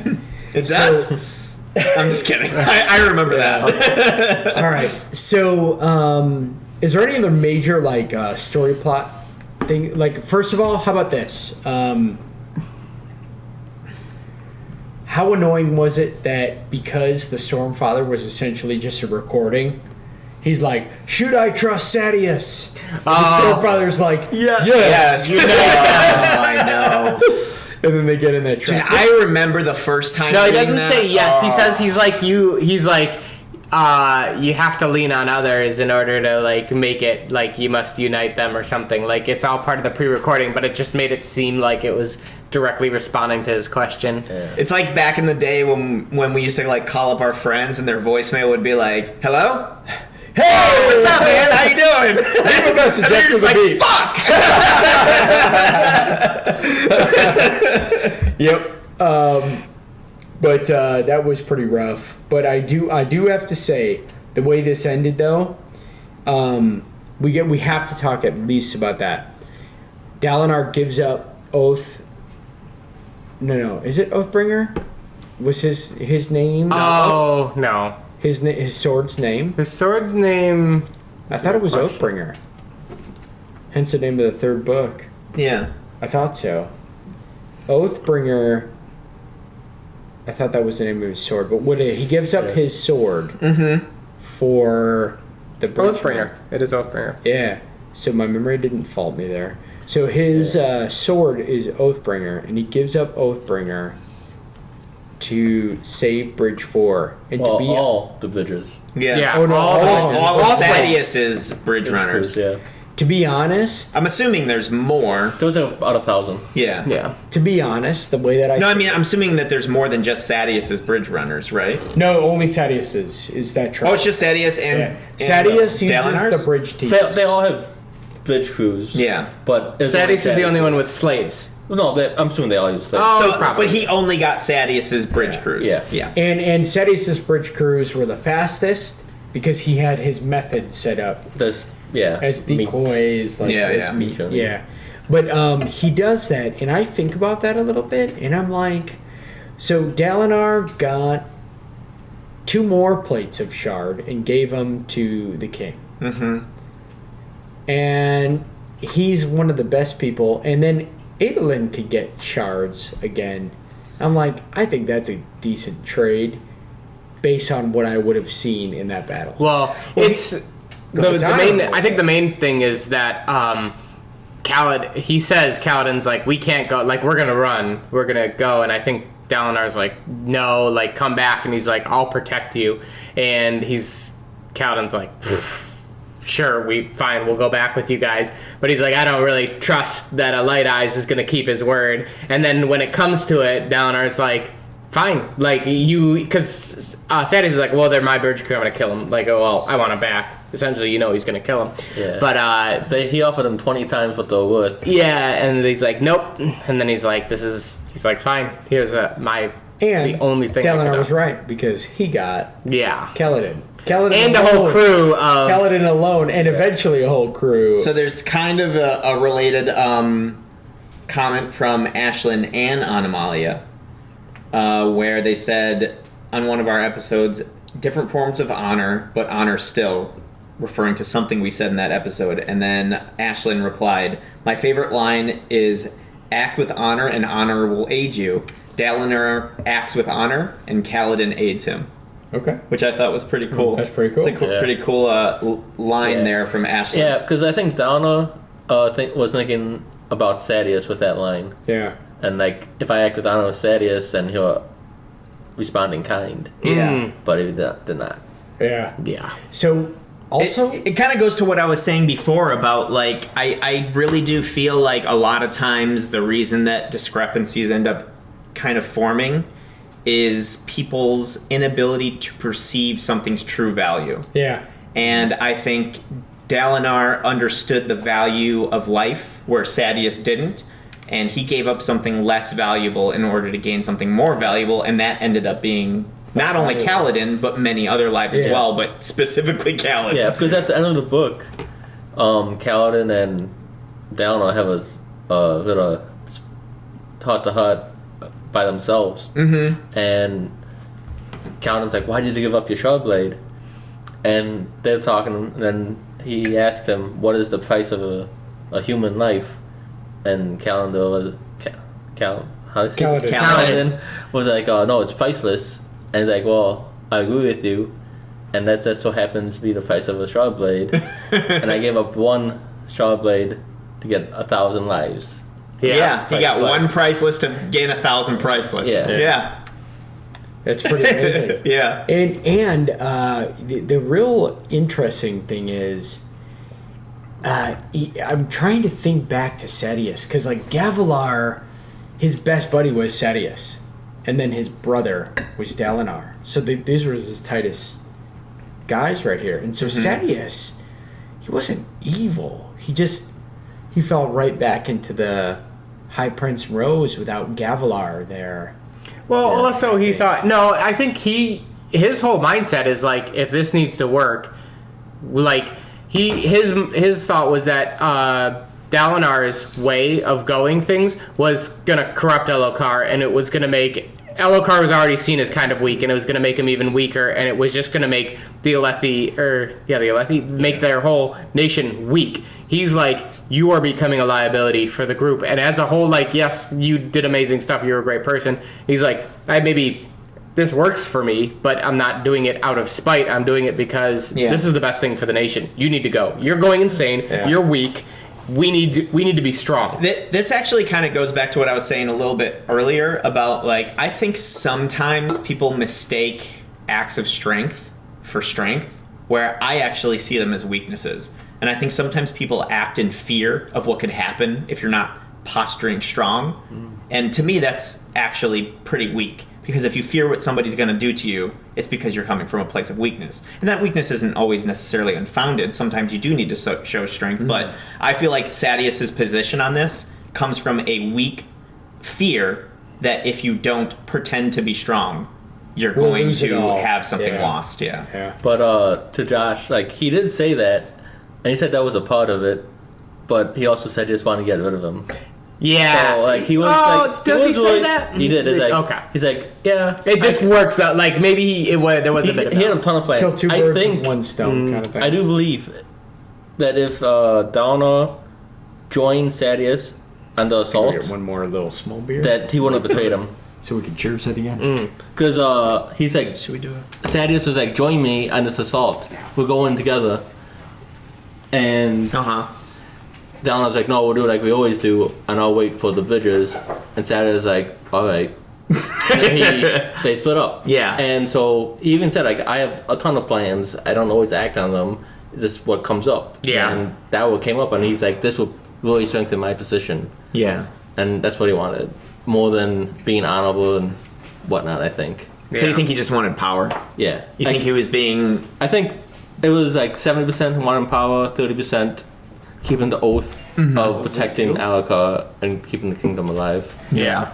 Like, what's best for the nation. Yeah. I think that could be.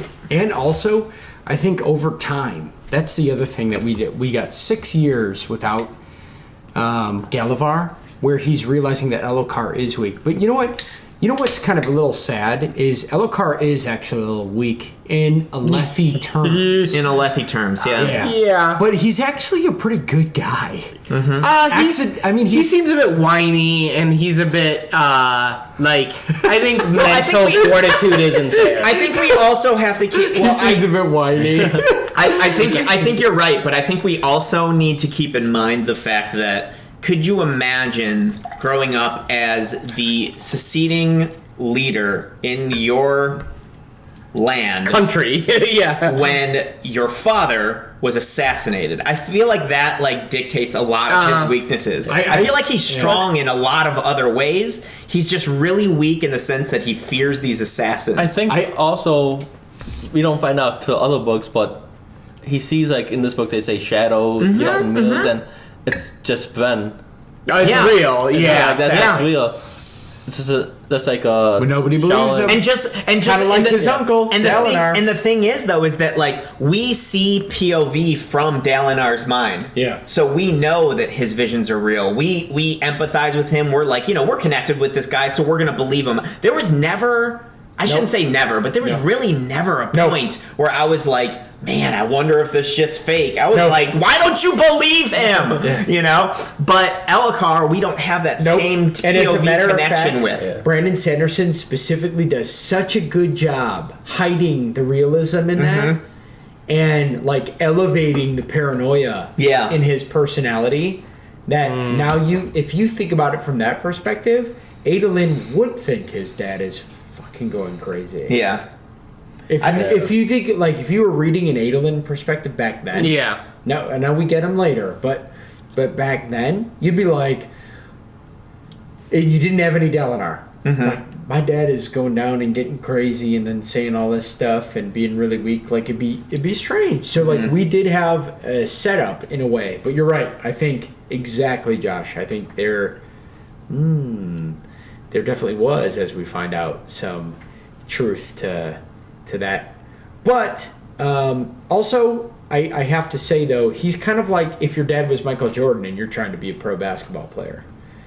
Which, incidentally, Michael Jordan's son probably feels that way. I think he might, because they followed basketball, they loved it, but it's not the same. Yeah. And Gavlar had something that he didn't. Yeah. And Dalinar has it, but he kind of doesn't. And Dalinar has devoted his entire self to making that work.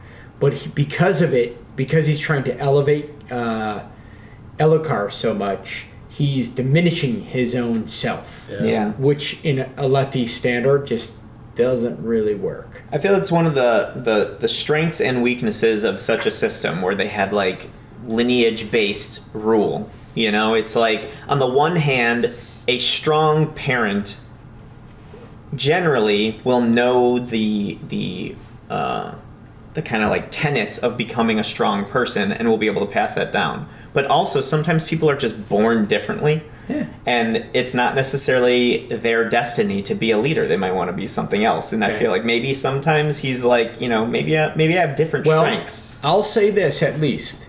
First of all, even though he is the king and he's misguided at times, he's not a terrible person. No. Number two, Sprenner interested in him. So if Sprenner interested in him, he's got something going.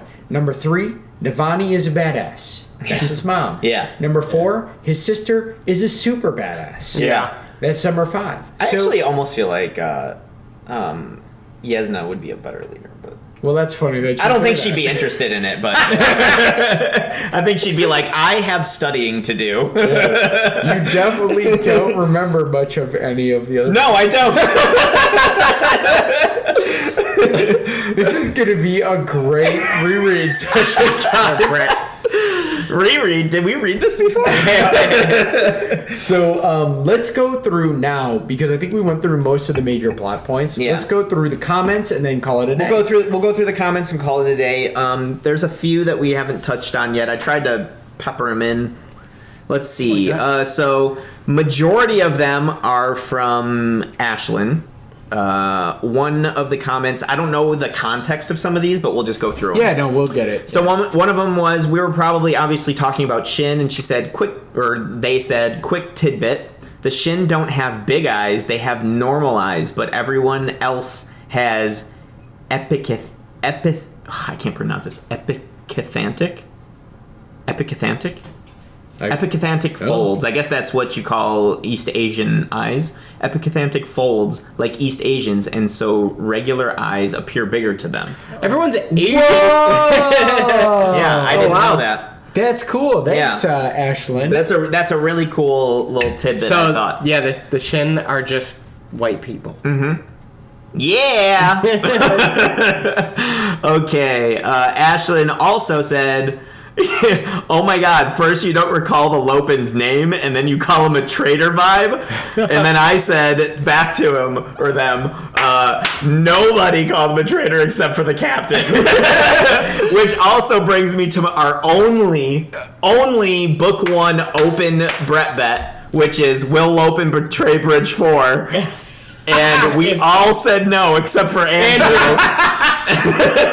And I'm pretty sure this is closed, but Andrew wanted to keep it open. Well, there's always a chance. Man, Lopin's the one who started growing that's at book 2. That's not well, we don't have to worry about I spoilers. never see Lopin as a traitor. Yeah. I can't either. We None all of us looked at could. him like he was an idiot when he said that, and Well, so did no. Ashlyn. So I feel like we're pretty much on point. I can Ashlyn's see a been pretty little bit of spot it on so far. because he's a bit shady in some points where he's like, I got this cousin who can do some stuff for us. Yeah. Like, To me- there's something To me, that just feels like, I mean, maybe this is just because of my upbringing, but to me, that just feels like the do anything to survive, like, old Chicago Italians that I know. Yeah. Like, all the Italians in my family, it's, hey, man, I know somebody that can fix your car. You know?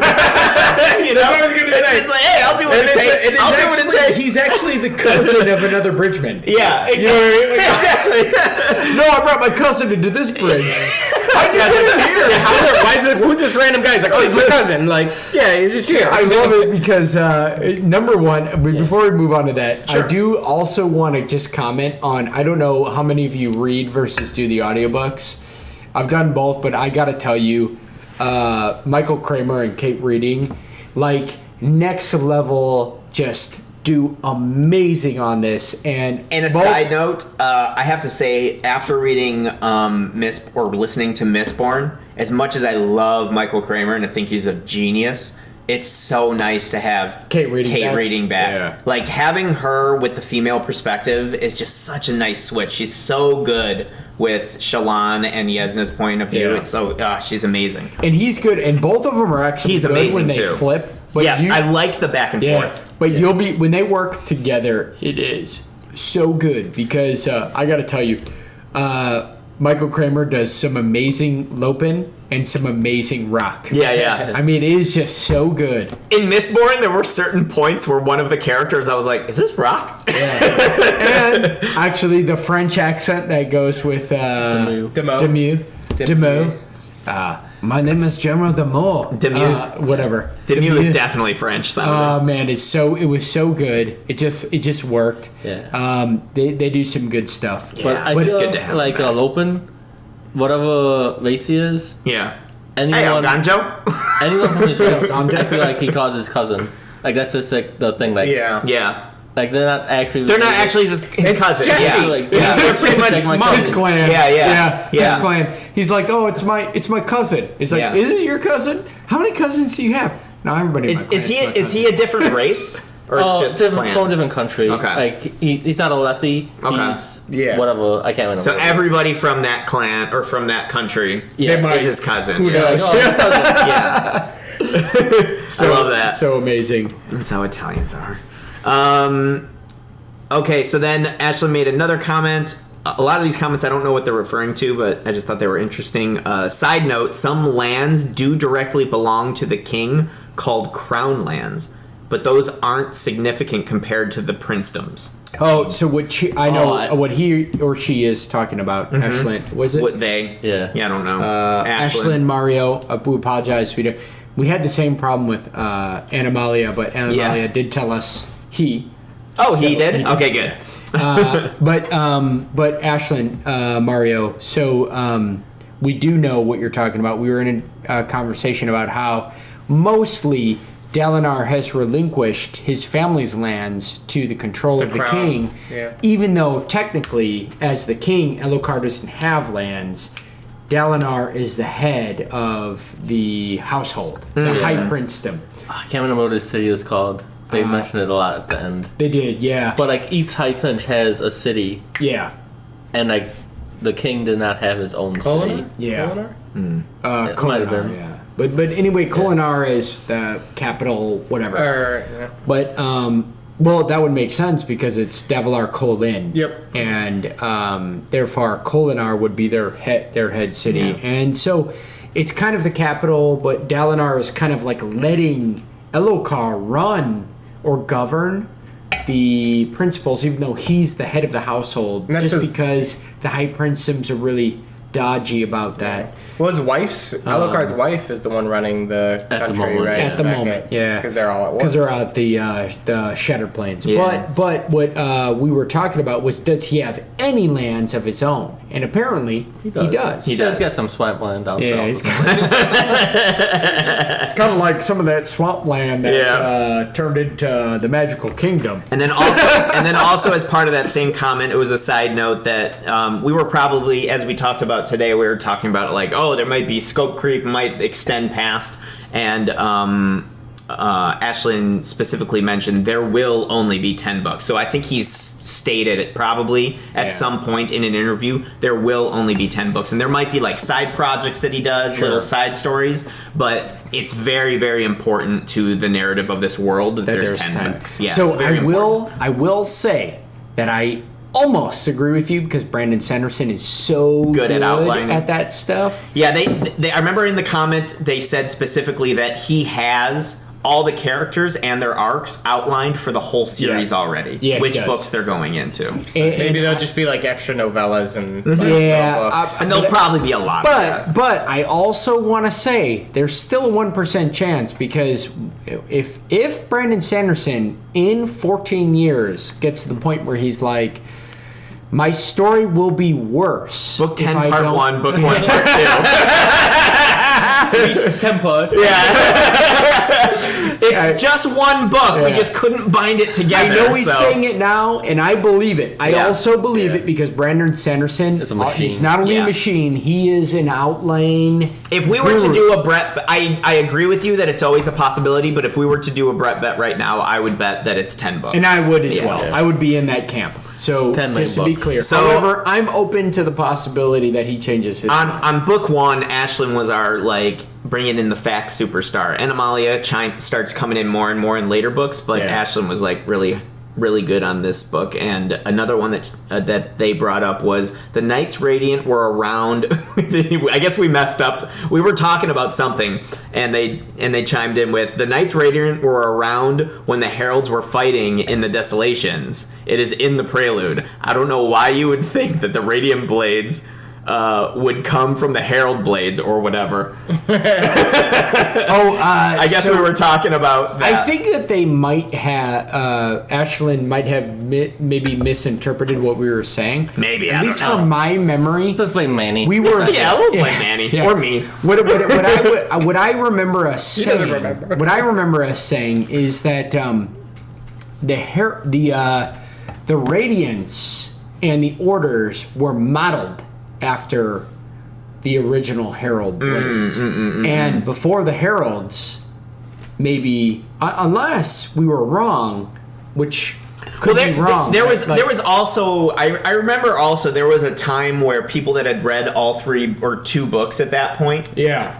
were chiming in, not I think fully realizing that we were doing this chat like almost 3 chapter by 3 chapter, and we were completely just speculating based off of the little information we had at the time. So that could have also possibly been, but at that point we may not have had enough information, or we might have thought that we might not have had enough information, but we forgot the Prelude. Well, I But think it could have been. I think we're talking about where the Shaw blades came from. Yeah. Yeah. Like the Heralds had a blade, and like where did these other Shaw blades come Yes. from? Right, And so, right, like, right, right. Did they come from the honor blade? Oh, that's right. We did have that discussion. That's what I'm Yeah, saying. yeah, So, yeah. And so like they had the Radiance, but we now know that it only happens when the Spren bond with them. Gotcha. So the question that I think we were debating with, and maybe we do or maybe we don't have the same answer, but is what came first? Right.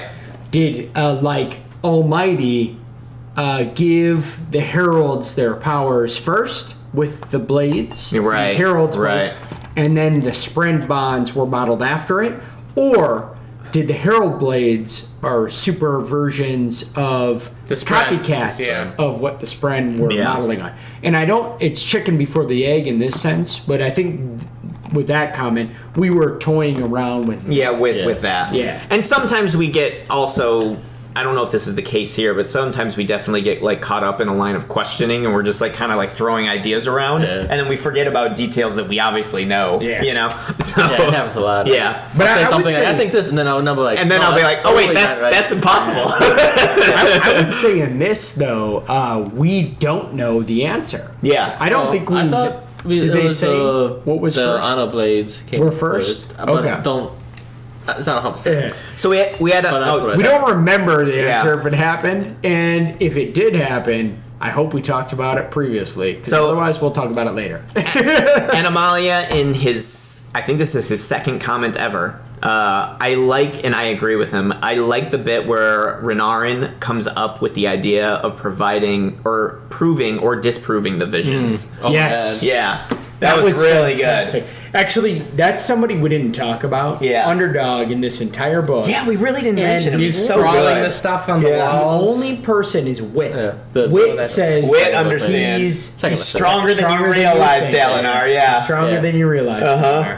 And obviously later in the book series, we get a deeper understanding of Renarin as a character. Yeah, because Dalinar kind of babied Renarin in that scene when wasn't even like, it's just kind of ribbing him a little bit, and it wasn't that bad. Yeah. And Dalinar's like, no, that's inappropriate. Yeah. It's like, You should pick on people that deserve it, and Wit goes, I think that's what I was just doing. Fucking love him. and like even Renarin was like, oh, it's fine. Like he liked Wit. And Yeah. respected him for what he did. Eventually, I forget how long it was later, but I remember like there's a point where Dalinar also starts kind of coming around where he's like, He did. you know, maybe I do kind of like this guy. Yeah. I think he just didn't like that he was picking on his kid. Yeah. I can understand that. I think, to be honest, like even remotely pretty quick after that. Yeah. Dalinar's like, okay, maybe I do. Adolin from the beginning is like, I really like that guy. Yeah. Because I think it was when he started picking on Sadius. Yeah. He started picking on Sadius, Well, that's and then when Dalinar was like, he's a good guy. The funny thing about Adolin is he likes him, and the first thing that Wit does when we meet him in this book is he picks on Adolin and how he can't keep a girlfriend. Life of him. Mm-hmm. And then he walks away, and Adolin's like, I really like that guy. So good. I thought it was fun. All right, so we got the.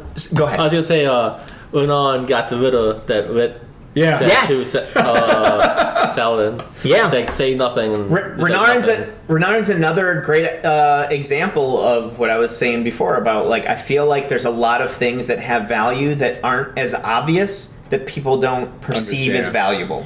And therefore, they don't get the due recognition, or in our world, monetization that they deserve, because people don't realize how valuable it is. And I think Renarin's an example of that. And then the last comment that I transferred over was Candace. I don't know if this makes sense. Hold on. I think this is talking about Zeth. So I think the thing with Zeth is less moral versus magic, because we were talking about that for a little bit. We had a Brett bet on it. And more religious brainwashing. He doesn't want to do it, but he believes that he can't disobey an order because he has been convinced completely that he must do as he is told. This is based on Interlude, I think, where the merchant and apprentice are trading with a city, and the merchant says something to the people he's trading with about how they treat the lesser people in their culture like objects. Yeah, so we this is actually the first interlude that we get to meet the young lady, The traveling merchant. She's a apprentice. This is the girl that was shocked by the grass, correct? Yes. And I liked this interlude for some reason. Yeah. And if you remember what she goes through later on, it's even more. Yeah. Well, we don't even know where that's gonna go. Yeah. We don't yet. That's gonna definitely be something. I have a theory, which I think we talked about in the old episodes that we were leading up to this, but that's I think it does give us a hint that the Shen. The Shen were a little bit dogmatic, if that makes any sense. And so very dogmatic. Very dogmatic. They had to be very dogmatic. They couldn't step on stone. Like there were all these like rules that they had to follow. Very religious, like it's like sacrilegious to do this, and this is like against the oath. Like you can't do this, that type of stuff. Yeah. So there's always a part of me. Now this is getting too maybe blasphemous for some people. Well, it's definitely religious brainwashing that he's kind of got. Well, there is definitely a lot of religious. There's a lot of cultural, religious, dogmatic influence for sure. I actually really love that Sanderson thinks the way that he does, because you could tell that he lays this all out like.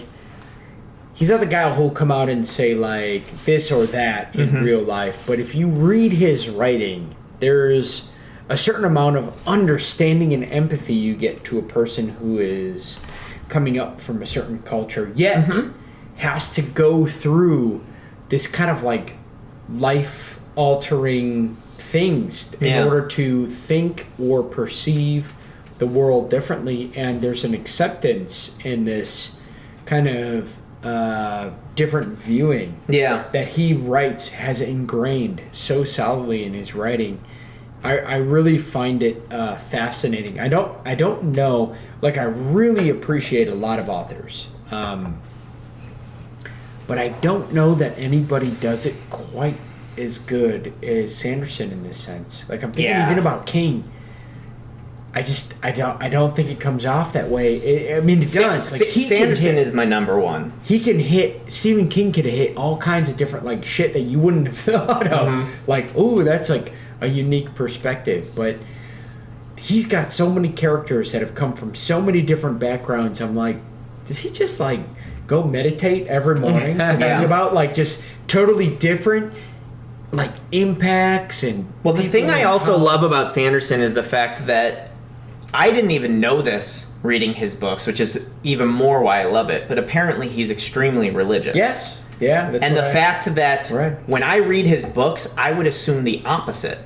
Because there's a lot of challenge so empathetic to people that aren't dogmatic. Yeah. You know what I mean? And he seems to really take people that are dogmatic, like, to the paint. You know, he seems to really take their beliefs to, like, you know, should you really believe this? Like, Zeth is very dogmatic. You would think that as a religious person that wants to push an agenda, that Zeth would be the one that would be like, see, he follows the dogma and everything is great. Yeah. But he's the one that he's challenging, you know, really, really strong. I guess he challenges everybody, but he challenges everybody. Now I just like that how he treats all of his characters, like, equally. He treats all point of views equally. It's like one of the things that I don't know if it's in this book or if it's in future books, but one of my favorite quotes of all time is from this book, which is like, when you're writing, you don't tell people what to think, but give them things to think on. Yeah. And I think that's just so perfectly reflected in his writing.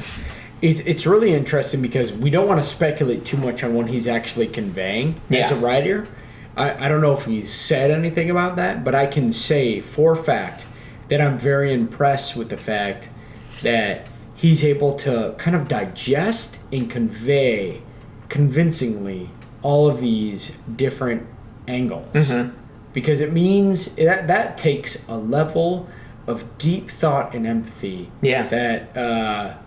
apparently not everybody has. Yeah, I know. So it's a talent, and it's also amazing to read about it, and then suddenly find things that you're like, you know, tying to here or tying to there, but it's not all in one place. Like, he even could have me believe that Sadeas at some point had some good at heart. Mm-hmm. And, you know, I hate Sadeas. Yeah. You know, but I don't hate him like Sephiroth. Yeah. I don't hate him. Well, even Sephiroth had his own, you know, things. But, like, it's like there's some stuff there where you can see that he actually gives a shit about Elhokar. Like, it's pretty amazing. Mm-hmm. Yet you hate that son of a bitch. Yeah. So it's pretty amazing. It's great. Yeah. Well, that's all the comments. That's all the Brett bets. Did we cover it all? I think so. Probably not, but I think it's good enough. It's good enough. It's good enough. It's been like 2 hours or something like that. We can always bring up little things in book 2. That's right. If we have to. All right. We got a little bit left. That was your book 1 recap. Bonus episode. Like 2 episodes long. Many Randall Flagg claps. Yeah. And at least 2. And let's call it a day. And we will see you soon for book 2. For book 2. Which I haven't read yet. Yeah. You go back. This is going to be great. Yeah. Yeah. Yeah. All right. Dude, Jeff heard me at least. I was watching the recap, and at least 3 times today I was like, I fucking forgot that happened. It was good. Yeah. And then when we were talking today, outside of the recap, he's like, what? Really? Sometimes he would say stuff, and he's like, just like, guys, I'm like, I can't wait. I know. So book 2 will be great. We'll get right on to that, and then obviously check it out. So these are coming out during Mistborn. Has to be said, just in case we do a clip of this later. But we're releasing Mistborn, but these are bonus episodes. We're going to do these as we lead up to November 17th release of Book 4. Stormlight Archive from Brandon Sanderson. And when that comes out, every week will be 1 episode. We're recording Friday, releasing Saturday. We're not live yet. Sorry, folks. We just don't. Someday, but we don't know when that'll happen. The capacity to do live is a little beyond us at this point in terms of scheduling and more. But we will record Friday and release Saturday. Whoever's here, we're going part by part all the way through that book. So read with us. We're going about a part per episode. Yeah, exactly. We'll let you know in the description, just in case the last parts are a little tighter.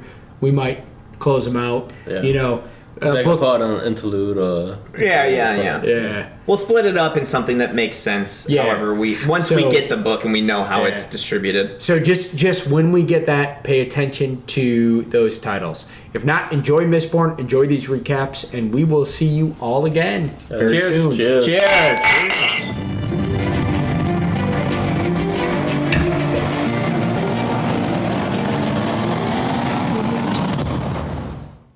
Thanks again for joining us for this episode of Lit Literature. If you liked us, please check out our social media at Lit Literature 1 at Facebook, Twitter, and Instagram.